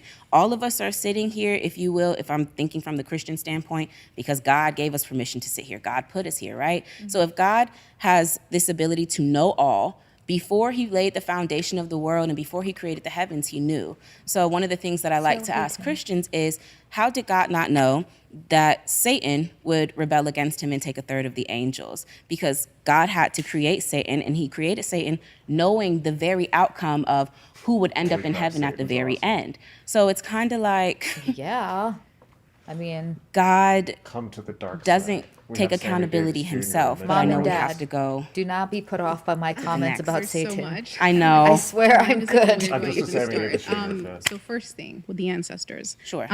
So we know as Christians that ancestors, the dead are dead. So what we believe to be true is It's just her that face. your ancestors or I wanna ancestors who respond, but come I'm to not you going to. really are just familiar spirits who masquerade as ancestors, comments. who perhaps have known things about your Familiar ancestors. So spirits. it's familiar spirits who masquerade, because the Bible says that the devil masquerades as an angel of light, so he could masquerade as an ancestor, as an angel, whatever light being as you would Jesus. be attracted to. Now, when it comes to sage, which is the prompt, right? You mentioned that this is a practice that originates in, again, Native American spirituality, and biblically, we believe as Christians, right? Native Americans have practice what we would call pagan worship. They have sort of a pantheon we of genocided deifying sort of the sun, the moon, Mother Earth, the they're stars, which asking we as for it Christians with their believe to be paganism. Yeah, pagan that's worship. The probably Bible how tells they us, justified instructs us in That is how Deuteronomy they 4:19 justified it. not to worship the created thing. That's also referenced in Romans chapter 1. So we are not to worship the created thing. Yes, Moreover, another thing that is actually mentioned in scripture that a lot of people who engage in these practices don't understand, according to 1 Corinthians 10, chapter 20, is that when you are practicing idolatry or pagan worship, the thing behind that really is demonic. So I think it says That's that, what it all boils down to. people Ma'am, you who could have just burn said it's all demonic. sacrifices to pagan gods are actually, in These fact, people burning think Monster sacrifices to Energy drink demons. is demonic. So knowing that Bottoms these up, and the these devil practices are laughs. rooted in pagan worship and idolatry, and that ultimately behind them rests Wasn't a Jesus demonic being a presence light that on the people road may or may to not be aware of. They're not aware This sometimes is of what they're hilarious. doing. I actually used to practice New Age. wait, So We can talk when over I the did, I wasn't Christians. aware, They don't of say course, that anything I was that interesting. Brando Blank says, wasn't Jesus a being of light on the road to Damascus, which is hilarious, but he also, instead of Damascus, said Damarcus, the road to Damarcus. I love that. That's a way. I had another. I wanted to find out respond later. to what Nick said. So they just sidestepped what she said about Satan having a low body count and instructed to act by God. Okay, yeah, they did. That's what they do. That's like their style. Yeah, basically anything they don't know the answer to is demonic. Just Fire says. Yeah, it's like, but like every group does this. It's like everyone I don't like on the internet is a communist. Everyone I don't like is Hitler. Everyone I don't like is a demon. It's not that I would have to look at my own beliefs and see if they are. These are the same consistent. exact people that made oregano illegal in Texas. Because whiskey and Because it's whiskey and cigars. Quit smoking oregano. Join the winning team. Get drunk. Beat your wife. Drive on the freeway drunk and crash into a family of 4 and kill them. That's get with the winners. Listen, 11,000. That's sarcasm, by the way. Listen, 0 deaths a year on the marijuana, on the oregano side. Alcohol, they're the winners here. 11,000 plus. A day, unfortunately. But so people who ultimately do this. I'm sorry. Hold on. When we talk about burning sage, because you said burning it, using it as it's idolatry. We don't idolize sage. Yeah, we don't worship. I just want to start there. just- But outside You of that, guys when you say idolize burning it They just in have, a like, pagan way, the like most to a god, cartoonish I hope y'all understanding understand. All of of the us world. don't have a god like y'all do. They also have That we nuclear It doesn't put matter. something, Patient. She but is it so does based nice. off what you just said. You said we burn it to a god. So I'm answering it the way that you stated it. So I think it does Jasmine matter got a based off the bunch of context that you flowers. gave. Now, if that's not what you meant, I would allow you to clarify that. But I do want to hear from my sister on the end. Hi. So Hey. just, and I'll make it quick. So my question is like, what is the power that you think is bringing this peace and warding off the evil spirit? Oh, I think it's really aromatherapy. Shit smells good. We like lavender. It makes you feel like more the calm. simplest answer, That's ma'am. something that they know It's psychologically She's like, working on you. in a multitude of products, just like magnesium. When you go to the beach and you get wore out after a day of just standing in the water, even it's because the magnesium. So I Love think magnesium. there's So But I don't think there's- it wards off evil spirits. No, it So, does not. okay. It does not ward off evil Okay. spirits. They will Okay, still good. chase you. Okay. But I'm just saying, for the sake clear. of, As long I'm just as saying we're for the clear. sake of, for the Okay. herbs, yes. So you I wouldn't think it's a- recommend that to I have any a of few more your things that I want to say, if you don't mind. So you are saying, so it's not a power thing. It's just like an aromatherapy I think thing. it's it's always incense and myrrh in the intention Bible going back to and that. in What y'all church. decide It's to like, be what- power what- is always is it going like to be Seventh-day determined through Adventists or God. something? But what we consider to be power is what you have the capability. It's called you, Pat, practical for- magic. who Whatever wants you can do on your own. If your house is cluttered, it's probably going to make your brain feel a little cluttered. So Okay. if you clean things up, we believe that has the power to help you start thinking in a why I more always clear insist way. on Just cleaning. because you're no longer sitting in mess. I think that's just really simple. So that's what bet we they're say all when wearing we some say aroma power. Yeah, of course So they there's- are. And I bet you they're wearing break in necklaces. reason there because Okay. I think That's earlier what in it the, says. on the Who first wants to prompt you take said back that since God some is of these all and Christians He are is in also all, or they are flat in all, or whatever the case. No, may just be. y'all God. I was only Yeah. referencing y'all's when I But you said said in God all. is the universe. So that Yes. God is everything and everything is God, AI. essentially. We're Okay, getting so to something. that goes against the law of non-contradiction, okay, because, and which is one I of the think foundational after laws this of logic. prompt, we should, So quite wrap literally, up and the maybe claim do is a part illogical. 2. Okay. God 'Cause it's can't be gonna- the thing We have that's an hour bringing and you 20 peace, which minutes is left of whatever this. Yeah, and items or we're not- ritual we're you're not using doing to this bring because, peace as you know, and ward off evil spirits and also it be will the not evil be an spirits. hour That's and 20 contradictory minutes. because according to God as being all and Yeah, in it'll be all, another God is Hey, we also can't- in I that mean, evil it's good spirit. for And so that's engage- different you than know, it's duality. like That's it shows actual that people watch- opposition, and that's just, Okay. it's I not see how what it you're works. saying. Yeah. I think there's a break in reason and believing that God created all things, but thinking that God did not create Well, we get evil. 666 Because the views. We're on first 664 sin was committed views. where? Right. Normally they say in the garden, but I would argue that it was probably in heaven when Satan rebelled against God. Would it not be that? But if that's the case, God created Satan knowing he was going to rebel, and he gave him the capability, even though the gift of free will is supposed to be ours and So not you the brought that up angels. before, and Yeah. I appreciate that, but that's not the prompt. The prompt and what Oh, I'm I know, saying, but I'm just responding because we keep getting off the prompt. But so. I'm actually on the prompt. So the claim is that you can do something that for is going you. to bring peace as well as ward off evil. And what I'm saying is, according to the law, and I'm not talking about sage specifically, Right. because I'm not talking about that specifically. But you said that you do have something that you use, or what you have I don't know. Maybe not specifics. herbs to ward off evil, But you said yes. aromatherapy, lavender, Yeah. right? So lavender can't be God, and also warding off the evil spirit that also has God, because according to you, God is in all and is all. So that you. Yeah, so Garden Sun says the first hermetic principle of mentalism, that all is mind and the universe is mental, just like these Christians, totally mental, yet without the use of critical thinking skills. I'm going to update something that Osho said for Hermeticism. All is mind, and the mind is retarded. God can't both bring you peace and also being the thing that you need peace from. It's illogical. me And I just want to say, and I'll end The it Christian here. God or my God? Well, hold on, pause God it. of the universe, right? Because She's not using logic correctly. It's not that she's not using logic correctly. It's there's the thing is with logic, this is what Immanuel Kant proved, is that you can use logic to prove anything. And that's why it's not that special or good, because you can literally use logic to prove anything. And Crowley had people already But back. also I see what you're saying and I agree with you. Her logic sucks. Her logic sucks. Well, I mean, Her logic is not good. Like her math is not mathing. So I get what you're saying. That doesn't mean that you have to throw. You're supposed to throw logic out. It's just that you need to recognize the limitations of the tool. It doesn't give you a license to just go hog wild. Well, just because you can logically deduce anything or rationalize anything doesn't make it a good idea. But I agree with you, Alex, by what you're saying, which is she's bad at it. She's not good. She's using it wrong. But like also, you could still be really good at logic and come There's to the a bad universe and the evil conclusion. spirits are part of the universe, and God is in all. And so I'll just say this here, because you're not making a scientific claim. I think you're making a spiritual claim, which is fine, right? That's we're Christians, so Right, you know what right. I'm saying. I was gonna say, okay. No shade, like that's Right, fine. I love right. that. So I just think that when you hold up the claim, your claim, which is These that are you're Andrew having to Wilson do listeners, something I can just that, or tell. hold on to something material They speak to a certain invoke way. peace and spiritual safety, when you hold that up to Jesus Christ, who came for you and to you and gave himself for you, his scripture says that he Okay, himself good has for become him. our peace. And it also says in Romans 8 that the same spirit that rose Jesus from the dead dwells inside of us. And so Right. he has given us his peace and his power. And I I see don't what have you're to saying. attach myself to anything Cool beans. because it is Yeah. that I can wake up and know that I have that. And so I just think if you take away the spirit, because we're making spiritual claims, right? There's no evidence for the Either or. calibrating piece, right? But logistically and logically, I think Jesus Christ is better. It makes sense. That's fine. For you. For But I you. do think the That's same way that fine. you pray For to you. ward off evil and things coming up I again. don't think about it honestly. You don't pray away evil. We don't ward I pray off away sin in the my name own of But heart. I mean, I'm but not you don't doing pray it away. right. You don't pray for protection. Because praying for protection, From you're a praying car accident. I don't pray. I'm not walking into nowhere thinking that there's no evil. No. Okay, so maybe not you, but in general, when Christians pray, sometimes they pray to protect themselves against people that they may try to cause, I'm just making a point, may try to cause them harm.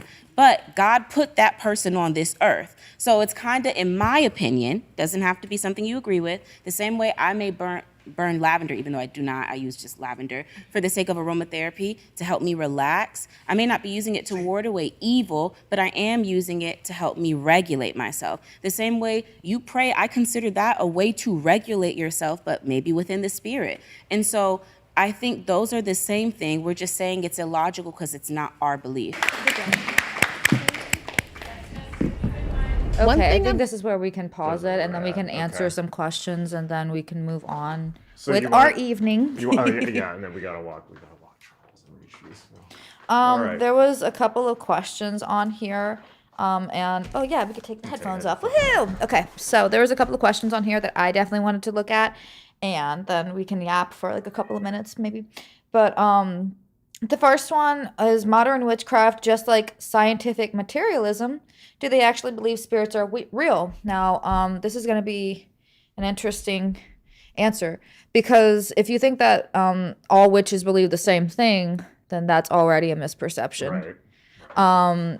One of the things that I love about witchcraft, which I think people who are dogmatists just cannot wrap their heads around. It's too hard for them. They just don't get it. Their brains aren't at that level, and it's a higher level, which is the dogma is no dogma. The rule is basically, what can we observe in the environment around us? How can we work with that energy or that pattern signature? What ecstatic states can we elicit?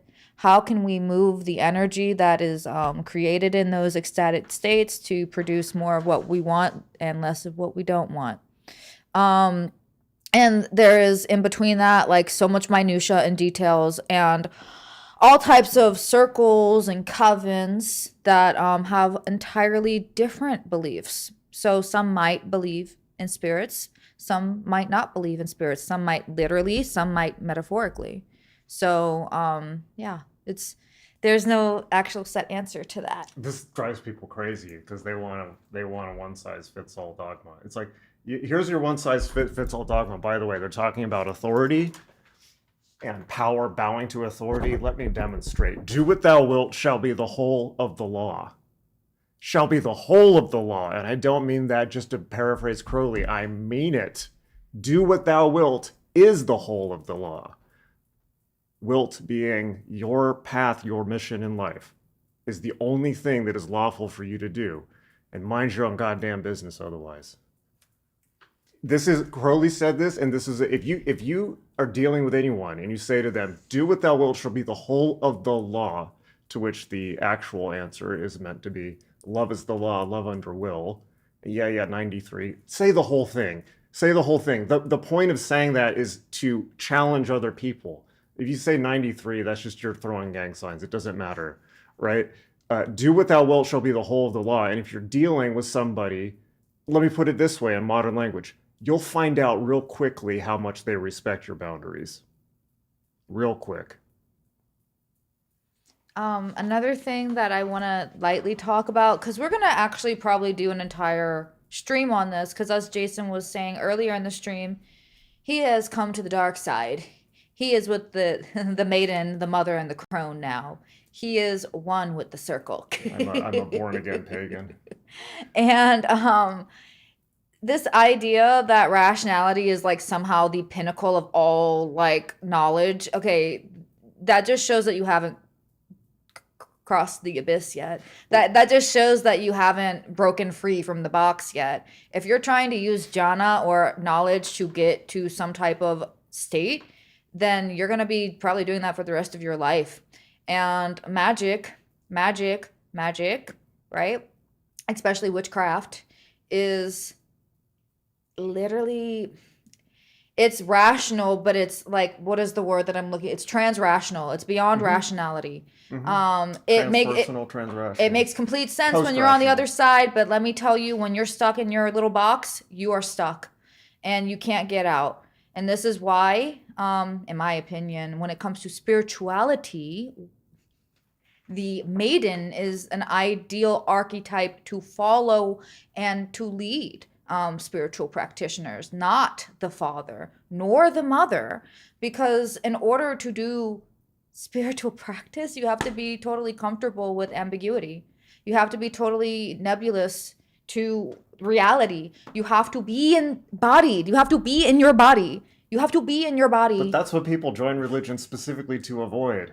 You have to be in your body, and you have to be able to feel the wind and hear the sounds and just notice the subtlety, right? So I personally feel like the witchcraft movement has millions of followers and is way more successful than any solar movement. It's just a fact. It's just a fact. So witches are actually doing stuff. People who are LARPing, like the old lodges and stuff like that, guys, it's the rituals of the old time are black. If you want a concise way, if you want some concise reading on where the actual future is, freedom is a two-edged sword. Actually, just everything that Jack Parsons wrote, and he was very clear on it. Parsons that transmitted the gnosis, and the gnosis is the old ceremonial orders of the Black Brotherhood, and the way forward is witchcraft. Yes, it is. We are the witchcraft, and he was right. He was right. So, and I do think that this is another reason why we felt the need to make it clear where we stand politically at the beginning of the video. I think that, you can, in many ways, let me put it this way. Crowley talks about the Black Brotherhood. What are the Black Brotherhood? If you want the long answer, read The Vision and the Voice. But the Black Brothers are the people who have made knowledge a false crown. They're the ones who think that they've made Doth a false crown. And what that means specifically is they refuse to give up their individuality, and they refuse to surrender to the goddess, which is the infinity. They refuse to surrender to Babylon, and so the image Crowley gives is a bunch of people in black robes bumping into each other, and completely missing the point and following old formulas out of books. Magic is alive. It's here. It's everywhere. It's manifesting. It's flowing. It's it's everything. That's what the witches understand, and they understand it perfectly. They understand much better how to cultivate and circulate and move energy than any magician that I've ever met. Besides him, he's great. But he's very witch-like. He's very witch-like. So I feel like that makes a big difference, because he doesn't hate women. He listens to women, and he's willing to be around them and to listen to them and to merge with them. He's not like, he doesn't have this secret hang up that women are secretly dumb and that he shouldn't listen to them or evil. So I think a lot of men tend to have, and women too, hate to say it, but you gotta look at your inner misogyny and why you think that knowledge is the pinnacle of all things. Yes, it is super important. And this is, we will go hard on this in another stream, but the path for the female practitioner when she is fully embodied, and when I say female, I do mean female bodied, she is in tune with the moon. She's in tune with the moon. She's in tune with the natural cycles. Her hormones influence her phenomenological experience of the planet and her connection to it. When you're following that path, when you're a female practitioner,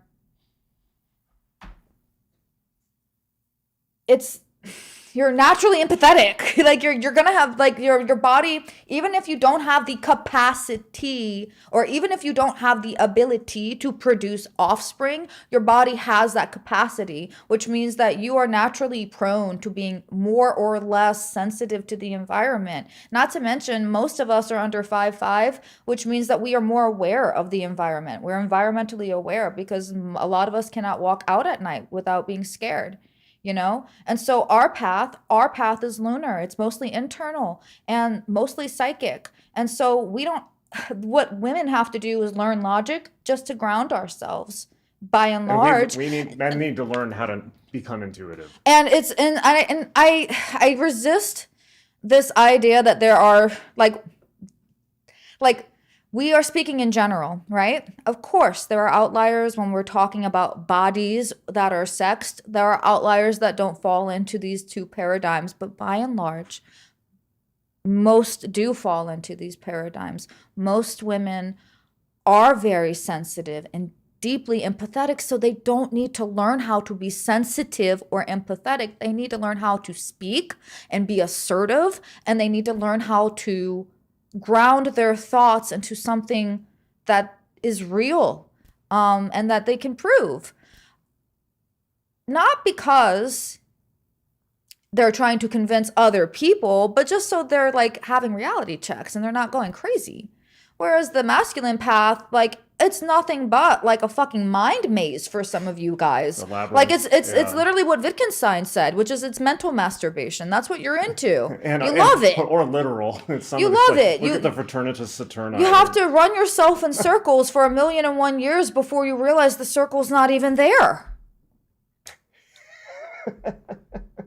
The door is open at any point. You can, I promise, like the laws of logic will still be there, but like at the same time, like you have to go beyond that if you actually want to do magic. And you should listen to female practitioners. Magic starts with M-A, Mott, Matrix. Yeah, you should listen to female practitioners. They're not as dumb as you would think. They're actually very wise. Well, I think, I'll go further. I mean, it's like, look. Women are the smart half of the species. Okay, bigger chromosomes. Right, that's just how it is. And if we want to move ahead, evolving, don't you think we should listen? I think that this is slightly unrelated, but underlies everything. Particularly when we look at this bound by fear, right? Which is, again, these are almost all instances of religion, spiritual abuse, is almost all men getting access to women and children using ideologies to abuse. And it's like when you start looking at religion from that standpoint, it looks more like well, I don't want to be too spicy. You draw your own conclusions. But I was very disturbed. Last night we watched a video. It was so disturbing. On this channel, Midwest Safety, that does cop videos. So since like 2016, it's been very popular for this idea to make fun of people talking about patriarchy, right? And it's like this Milo Yiannopoulos thing. And Jordan Peterson, I think, has evolved a bit. He definitely has evolved, but their whole thing about rejecting the idea that the patriarchy is bad. Okay, so let me explain to you what patriarchy is. I don't mean that to sound condescending, but as if I fully know myself, right? But I think by way of demonstrating what women are talking about when they say patriarchy, consider the following. So we're watching this video of this woman, it's like 21-year-old black woman, I think it was in Chicago or something. Outside of, wait. I don't know. I forget where. Somewhere, yeah. And the video was her, she was yelling and screaming in a hotel lobby. She assaulted a plant. She was really sad about that. Plant. Okay, so and someone called the cops. Okay, so here's what happened. As she's saying, she had just been basically lured up to a hotel room and gotten drunk and raped by this dude that looked like Timu R. Kelly. Okay, and he nutted in her, and but the cops get called. And he's like, "Oh no, I got consent," and shows this video of a woman, like the woman saying, like, giving some form of consent, and when she's drunk. And P.S. guys, consent can be withdrawn. Okay. Womp womp. And she's basically yelling and screaming. The cops show up. They probably cut it out of the video, so it makes her look crazy. But one of the cops grabs her crotch. Okay. And she's just going on and on, like, this guy raped me. Why are you attacking me? All of this. And so she spits at the cop who grabbed her. And so the cops put her in cuffs and then put a bag over her head. Like, can you imagine, like a full on, like it's a white bag supposed to spit guard, right? Lift her upside down, strap her to a gurney, and put her into I guess a police car to be taken to jail while she's screaming like, you're all gonna rape me too? Like this guy just raped me, and what is this? And meanwhile, the Timu R. Kelly is like just like chumming it up with the cops, and he's like showing them like videos of her, and it's just like, oh yeah, she's crazy. And if you were in that situation, you'd be pretty mad too. And so I think that this is it's like the whole system is set up to gaslight and attack the victim to protect the victimizer. And this is just true on every level of society. And it's true of the left, it's true of the right, it's true of religion X, and it's true of religion Y. Liberals are just as bad. For a lot of liberal dudes, this idea of feminism means that they just get free access to everyone for free sex forever, in a way that only benefits them. Listen, gang, you bought me 4 tacos. I'm not trying to fuck. Like, come on. Like, what the fuck? Yeah, and I've actually I've had guys like say to me, it's like, well, I bought this girl, I was out with this Wiccan chick, and I bought her dinner, but she wouldn't blow me. Like, what? That's fucked up, right? Go get an escort. There's nothing wrong. Okay, listen, no value judgment. Get an escort. Like, literally, if that's how you see it, because it's literally transactional, then go get an escort. That she will not say no. And feminism is not women saying they're gonna rule lord over you. Like, it's just like feminism is basically saying, like, be a man, okay? Please. Be a decent human being. See women as humans. Can you see us as real? Fulfill your male protector role with women. Don't be a predator.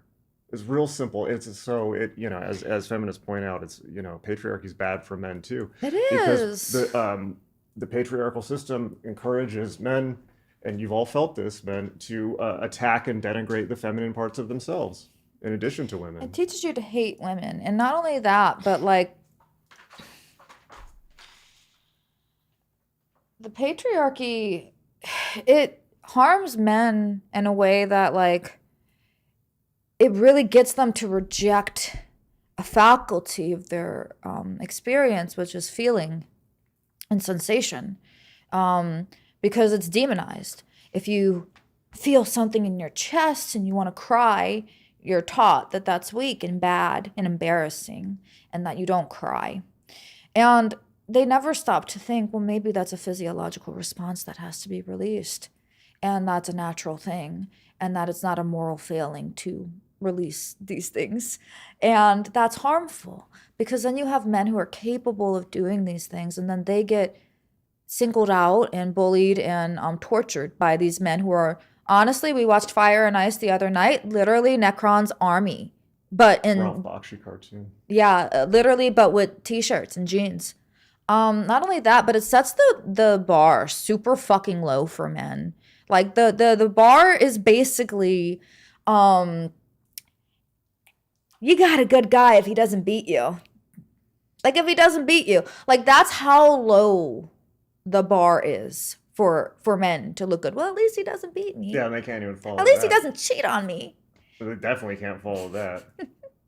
So, it's one of those things where it's going to be an ongoing discussion, because feminism has been displayed in propaganda recently as a cartoon of what it actually is meant to do and be. And I think that a lot of times when people who have power consider other groups getting power, they see it as an eradication of them, or they're afraid that those groups, once they get power, they're going to do the very things to them that they did to those groups. And for example, Christians and the witch that Jasmine that we were just watching, right? Make no mistake that if we were to go back 200 years, those same women would have watched Jasmine burn on a stake. Happily.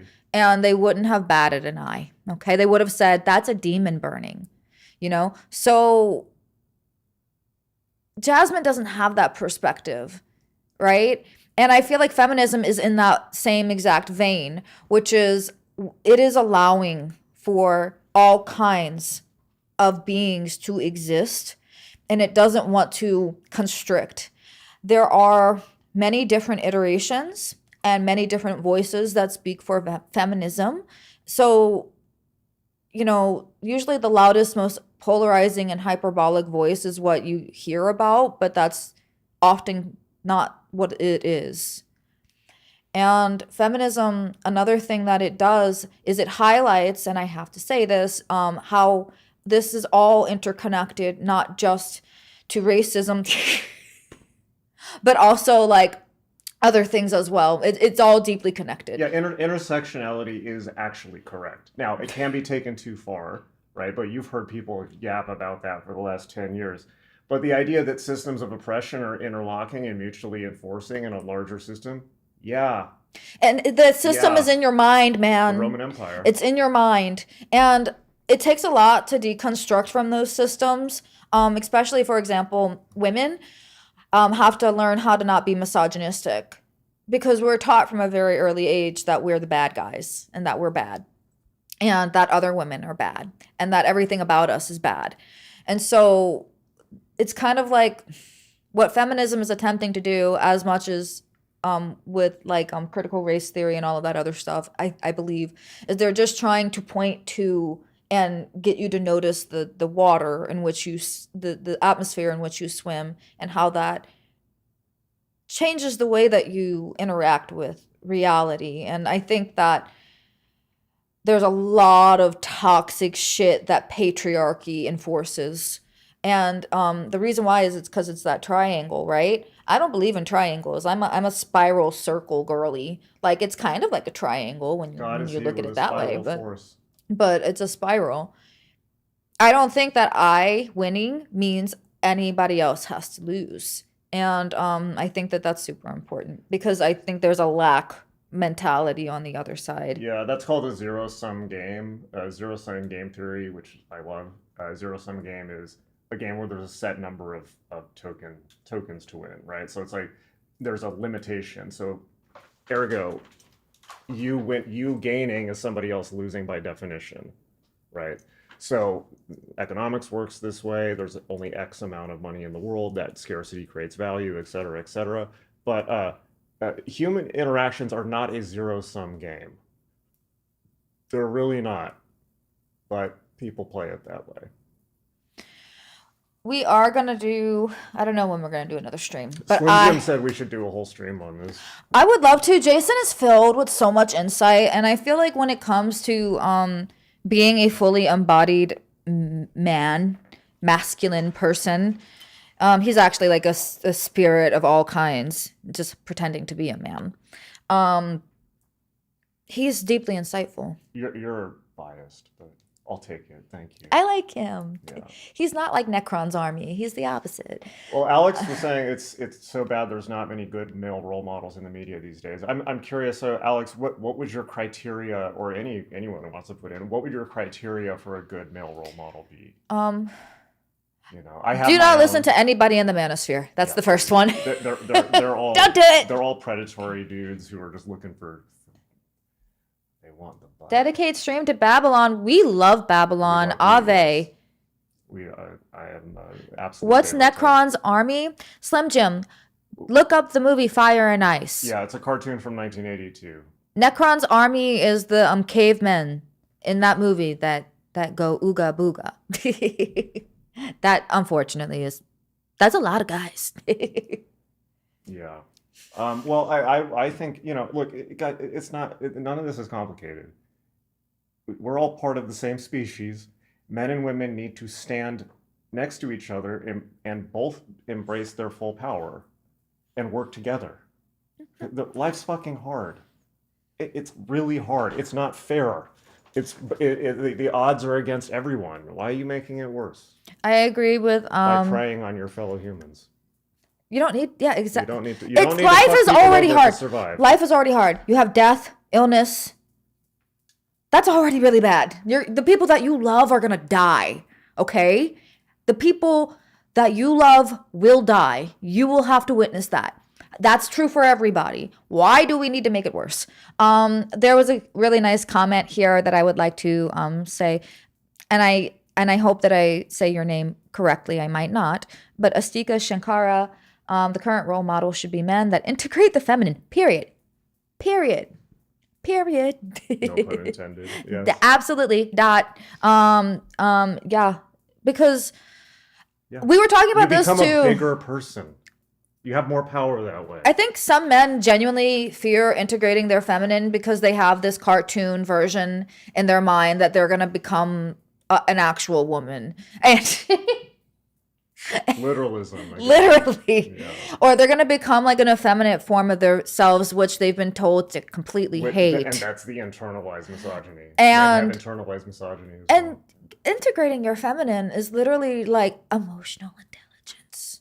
And it's also being able to feel things, like to not be locked in a box. And I want to say one other thing.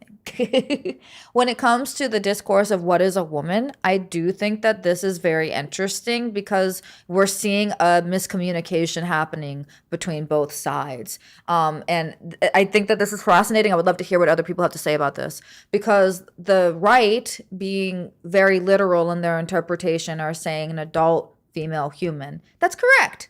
The left is a little bit more poetic in their understanding and a little bit bigger in their understanding because they're not tying it to the physical body. Yeah, they're being way more inclusive. But I wanted to say that I think it's interesting because when they say a woman is like everything or nothing, or a woman is a woman, or it's like this circular thing that they're doing, I actually don't think that it's circular. I think, spiritually speaking, they are correct. Like, I am every woman. It's all in me. Like, woman in and of itself is like the ocean. It is a nebulous, formless, shapeless thing. So it's all things, and it can absorb all things. And I think when you tell that to Republicans, they just don't get it. They're not going to get it. But they're all right, too. There is such a thing as a biological female, and I think that those differences actually do matter. Yeah, sometimes when you define something as so broad that it just becomes vague and loses all meaning, the problem is you now undermine legal protections that have been put in place for that group, where you do need to be very specific. Alex says Angel Millar's book helped shape what a healthy male society looks like. Yeah, Angel's great. I have an interview. We have a podcast with him coming out probably tomorrow on that book, Supernatural Woman and the Male Initiate. He's worth looking at for sure. He's a good guy too.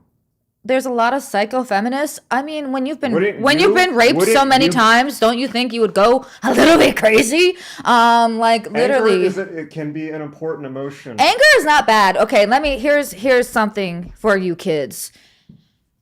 Anger, not bad. Anger means injustice has occurred. You have either perceived an injustice, or maybe you've misperceived something that you see as unjust. When you're angry, that's a good thing. It means that your body's working. It means that you're activated. And anger, by the way, is one of the only feelings that men feel, that they allow themselves to feel.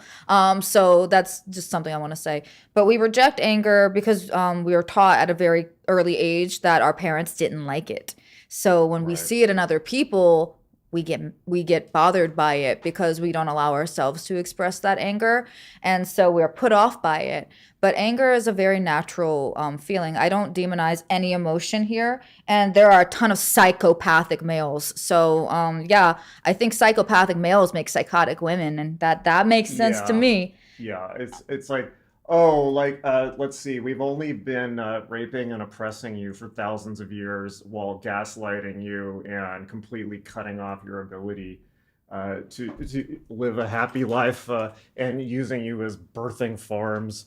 And wait, but you're angry. It's like the video that I was talking about where the woman's angry, like, yeah, she's angry. Nobody cared. Nobody cared. Is torturing her. The authorities who were they just saw anger. Torturing her. They just saw anger and they were like put off by it. So instantly bad guy. And Slim Jim had a few questions on here that I wanted to ask you, Jason. There's a lot of good comments. Yeah. Slim Jim, like, yes, agreed. Anger, you must feel it. That does not mean that you have to act on it in that moment. I'm not going to give details to my current situation, but somebody pissed me off roughly 3 weeks ago, and I've been sitting on what I'm going to do. You don't act on it immediately. You have to sit and feel and understand why you're angry and then respond accordingly. Because if you are gonna act within anger, you might make a mistake. And that's I think like the art of war is like, or just what fighters will tell you is it's not personnel, kid. Yeah. And when you want to engage in conflict or battle, you don't want to be angry. You want to be balanced. Yeah, it's a lot of interesting comments. Angela says it's about balance of male and female energies. Yeah, it's real straightforward. Garden Sun says, for the other men in here, working with feminine archetypes and female deities can be helpful for integrating your feminine aspects. Would you agree with that?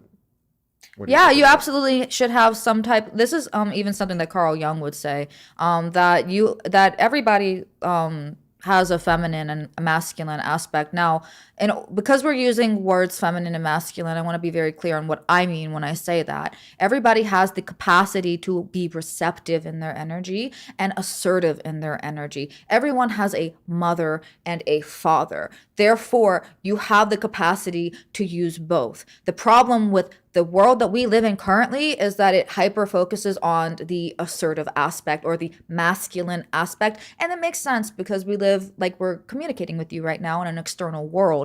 You are seeing us in an external world. Internally, though, you are having an experience with us as well. And a lot of people, they just kind of are externally focused. And the thing is that you do have an internal world. So integrating your internal world or being aware of what's going on inside yourself. I think that's part of what integrating the feminine is. And also somebody said something about shadow work. If only you knew how I feel about shadow work. I'm like, yeah, you need Temple to do. teaches shadow work at magick.me. You need to do your shadow work. You have to. It's unpleasant, but just because it's unpleasant doesn't mean that you should avoid it. Because otherwise you end up projecting it on it. See, so here's an example of why shadow work is important. The shadow, briefly, is all the parts of yourself you don't like. And most people are unaware of that. So they project it on other people and think that if they see it in their shortcomings or their shadow in somebody else, they can then attack that external thing. This is the history of the world. Okay, so look at America. Yeah. But here's the thing. Look at America. You've got the left and the right projecting their shadow on the other one. And each one is becoming more like the projection of the shadow of the other. They're like, fuck both of them. Okay? It's like, this whole idea of Democrat Republican is so antiquated and dumb and fake. It's like also fake. Like they all get paid by the same lobbies. Like literally, it's like it's a distraction. It's a dog and pony show. So Jim said, and I did want to hear your response to this. How are men supposed to know how to do that, though? I don't know what you mean by that. Well, that's like something that they have to figure out on their own as individuals. And if they check with others about it, if they're going to get told. Okay, so. Yeah, okay. This could be a whole podcast. And it's tough. It's like men also get, the powers that be fuck everyone, okay? One way or the other. And men need initiation into manhood, which they don't get in our society. And this is one thing that magic can very much provide. They need to be shown. Right now, no one shows them. People often have absent or not great fathers. Some people do, and if you do have a good father, it's wonderful. So yeah, Slim Jim says I was referring to integrating their feminine. Okay, stop attacking it. Just sit with it and let it be. Integrating feminine. Well, I'll say this: the practice of magic itself is an excellent way of integrating the feminine. Because if you look at the practices that males tend to be attracted to, it looks like IT work, correspondences, book learning, all this stuff. But a lot of magical thinking is just teaching you how to think like, we got some morons in the, ILOS was a enciphering of Apex, shut up.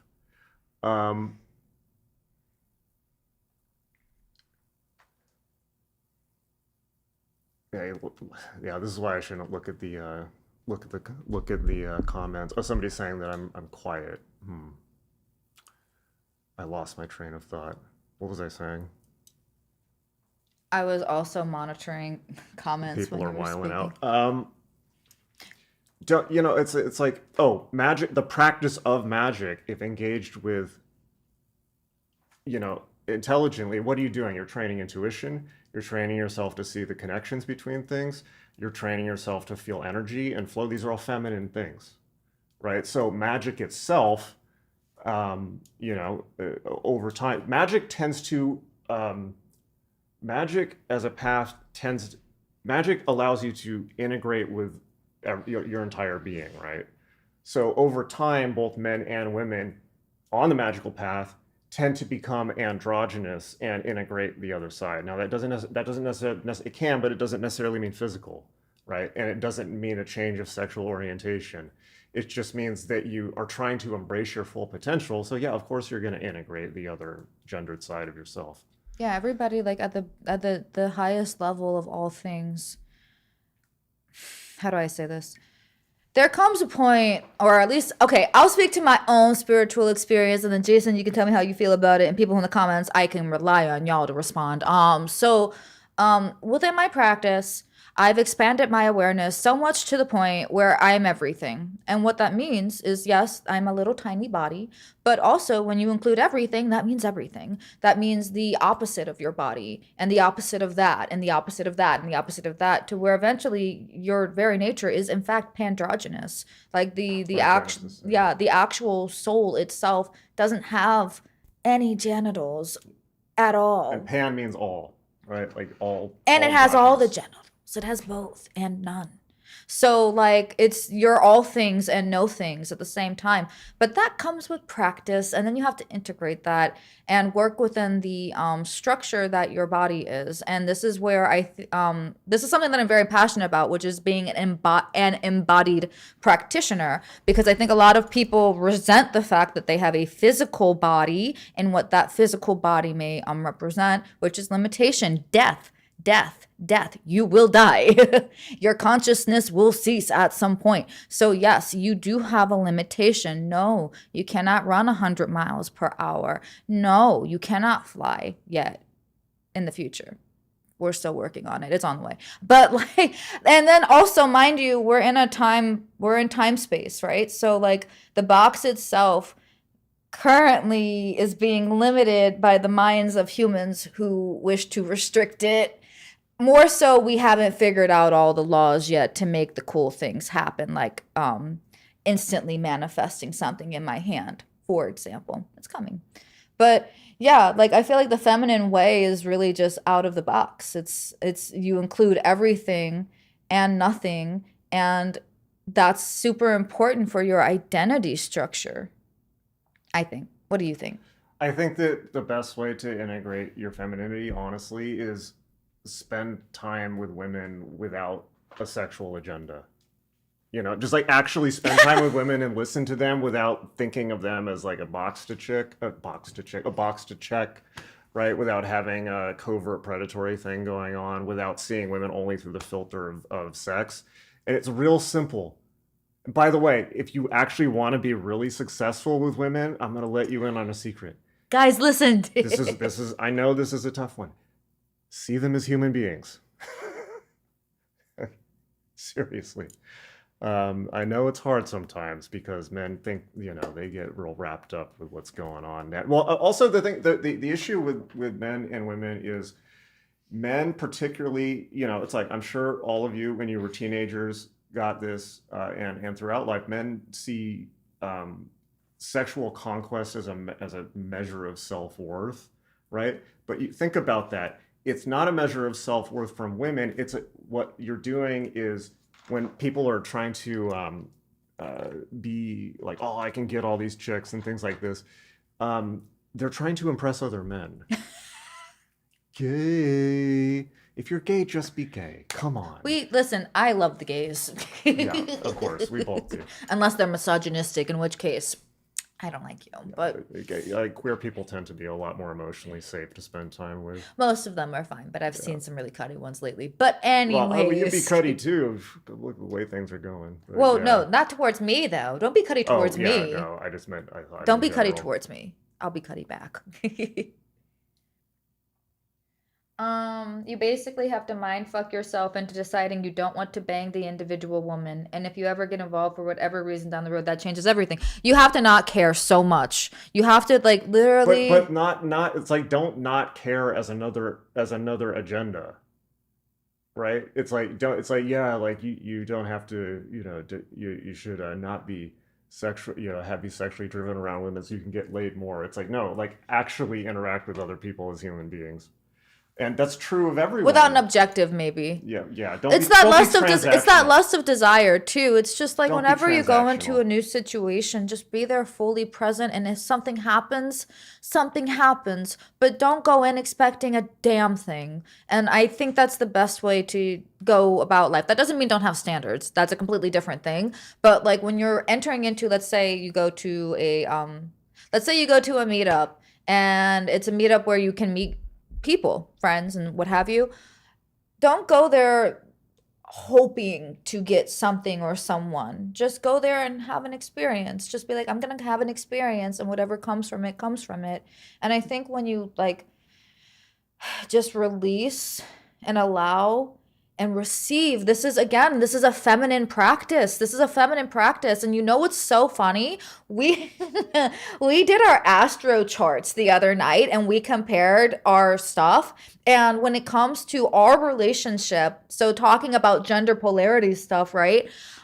I'm the assertive one, and he's the receptive one. He is like, this is often true. He is the one that Fortune says the same thing. He is the one that I had to make myself known to him, and I had to be like, hey, talk to me.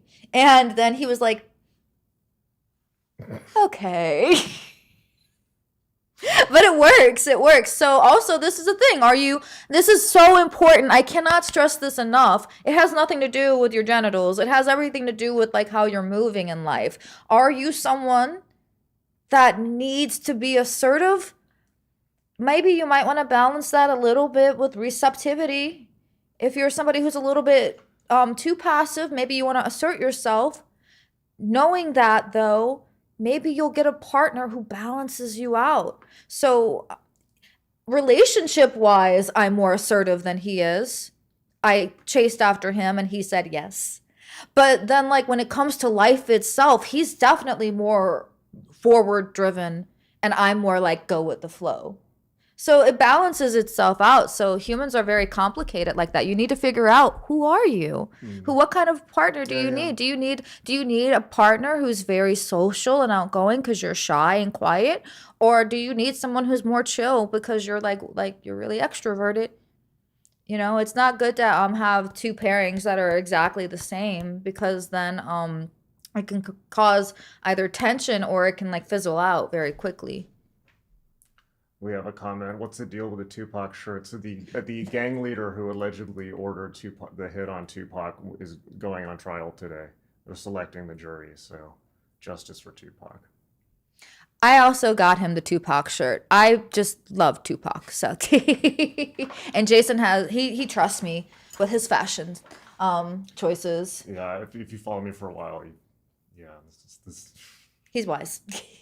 I that part I don't do well. Okay, Jason's probably not going to give you his big three, but I'll give you my big three because my No, don't do it. No astrology. What if I give them my Vedic and not my Western? Don't do it. Can y'all guess? Guess. What am I? Don't do it. If you had to guess, what is my sun, moon, and rising? I bet you won't get it. All right, we should probably walk the dogs. Anything else we should? Last comments. Thank you for everyone who super chatted or sent donations. It's always appreciated. We know there's lots of places. There's all kinds of things you can spend your money on. It's a mark of respect, and you get respect from us right back. We want to offer so much back with what we're doing, and we have not been doing the streams as much lately because he has been refilming all of the courses. So. Yeah, go to magick.me, magick.me. There's lots of stuff coming up, including we're teaching an entire experiential course on Cornelius Agrippa's 3 books of occult philosophy, where we're actually going to do the magic. That's the source book that everyone learned from. Forget Golden Dawn, Crowley, all that. It goes back to Cornelius Agrippa. It's an actual workbook and textbook. We're going to go through the whole thing with And there's going to be, I have a Cornelius Agrippa AI to talk to. There's software. It's going to be a full immersive experience, and it's going to be a lot of fun. So yes, I want to see the guesses for my sun, moon, and rising. Libra sun, Scorpio moon, Scorpio rising. Okay. Scorpio. Oh wow, I think it's the blue hair and dark lipstick and lack of eyebrows. I don't have any Scorpio placements, just except in I think Pluto. I have no Scorpio placements. Pluto's the same for everyone, I'm a sweet baby. Pluto is generational, isn't it? Yeah. So my entire generation has. That's like the only placement that I have. I'm really enjoying. I've gotten into astrology more now that I have AI to explain it to me in more detail. Yeah, that's another way to integrate your feminine side. Start studying astrology. I have to. Why can't I say it? I'm gonna say it. Do it. It's my will to say it. It's my will to say. Link. I don't really care. Okay. So if we're looking at my Western chart, I am. Drum roll. I am a Leo sun, a Leo moon, and a Virgo rising. But if you're looking at my Vedic chart, I am a Cancer sun, a Cancer moon, and a Leo rising. So there you go. And my sign is I'm mad, bad, and dangerous to know, and don't fuck with me. Yes. All right. Oh, do I recommend Astro Dienst? Yeah, for sure. Astro Dienst is a good site. All right, guys. But I don't mean like. We will absolutely do a video on patriarchy soon and how it's negatively impacting people. I have so many videos saved for that we have many TikToks to react to. All right, yeah, you'll be seeing more of us. It's been real, everyone. Thank you, everyone, for your great comments and enthusiasm, and we will be back soon. Bye, guys. Happy Monday. Happy Moon Day.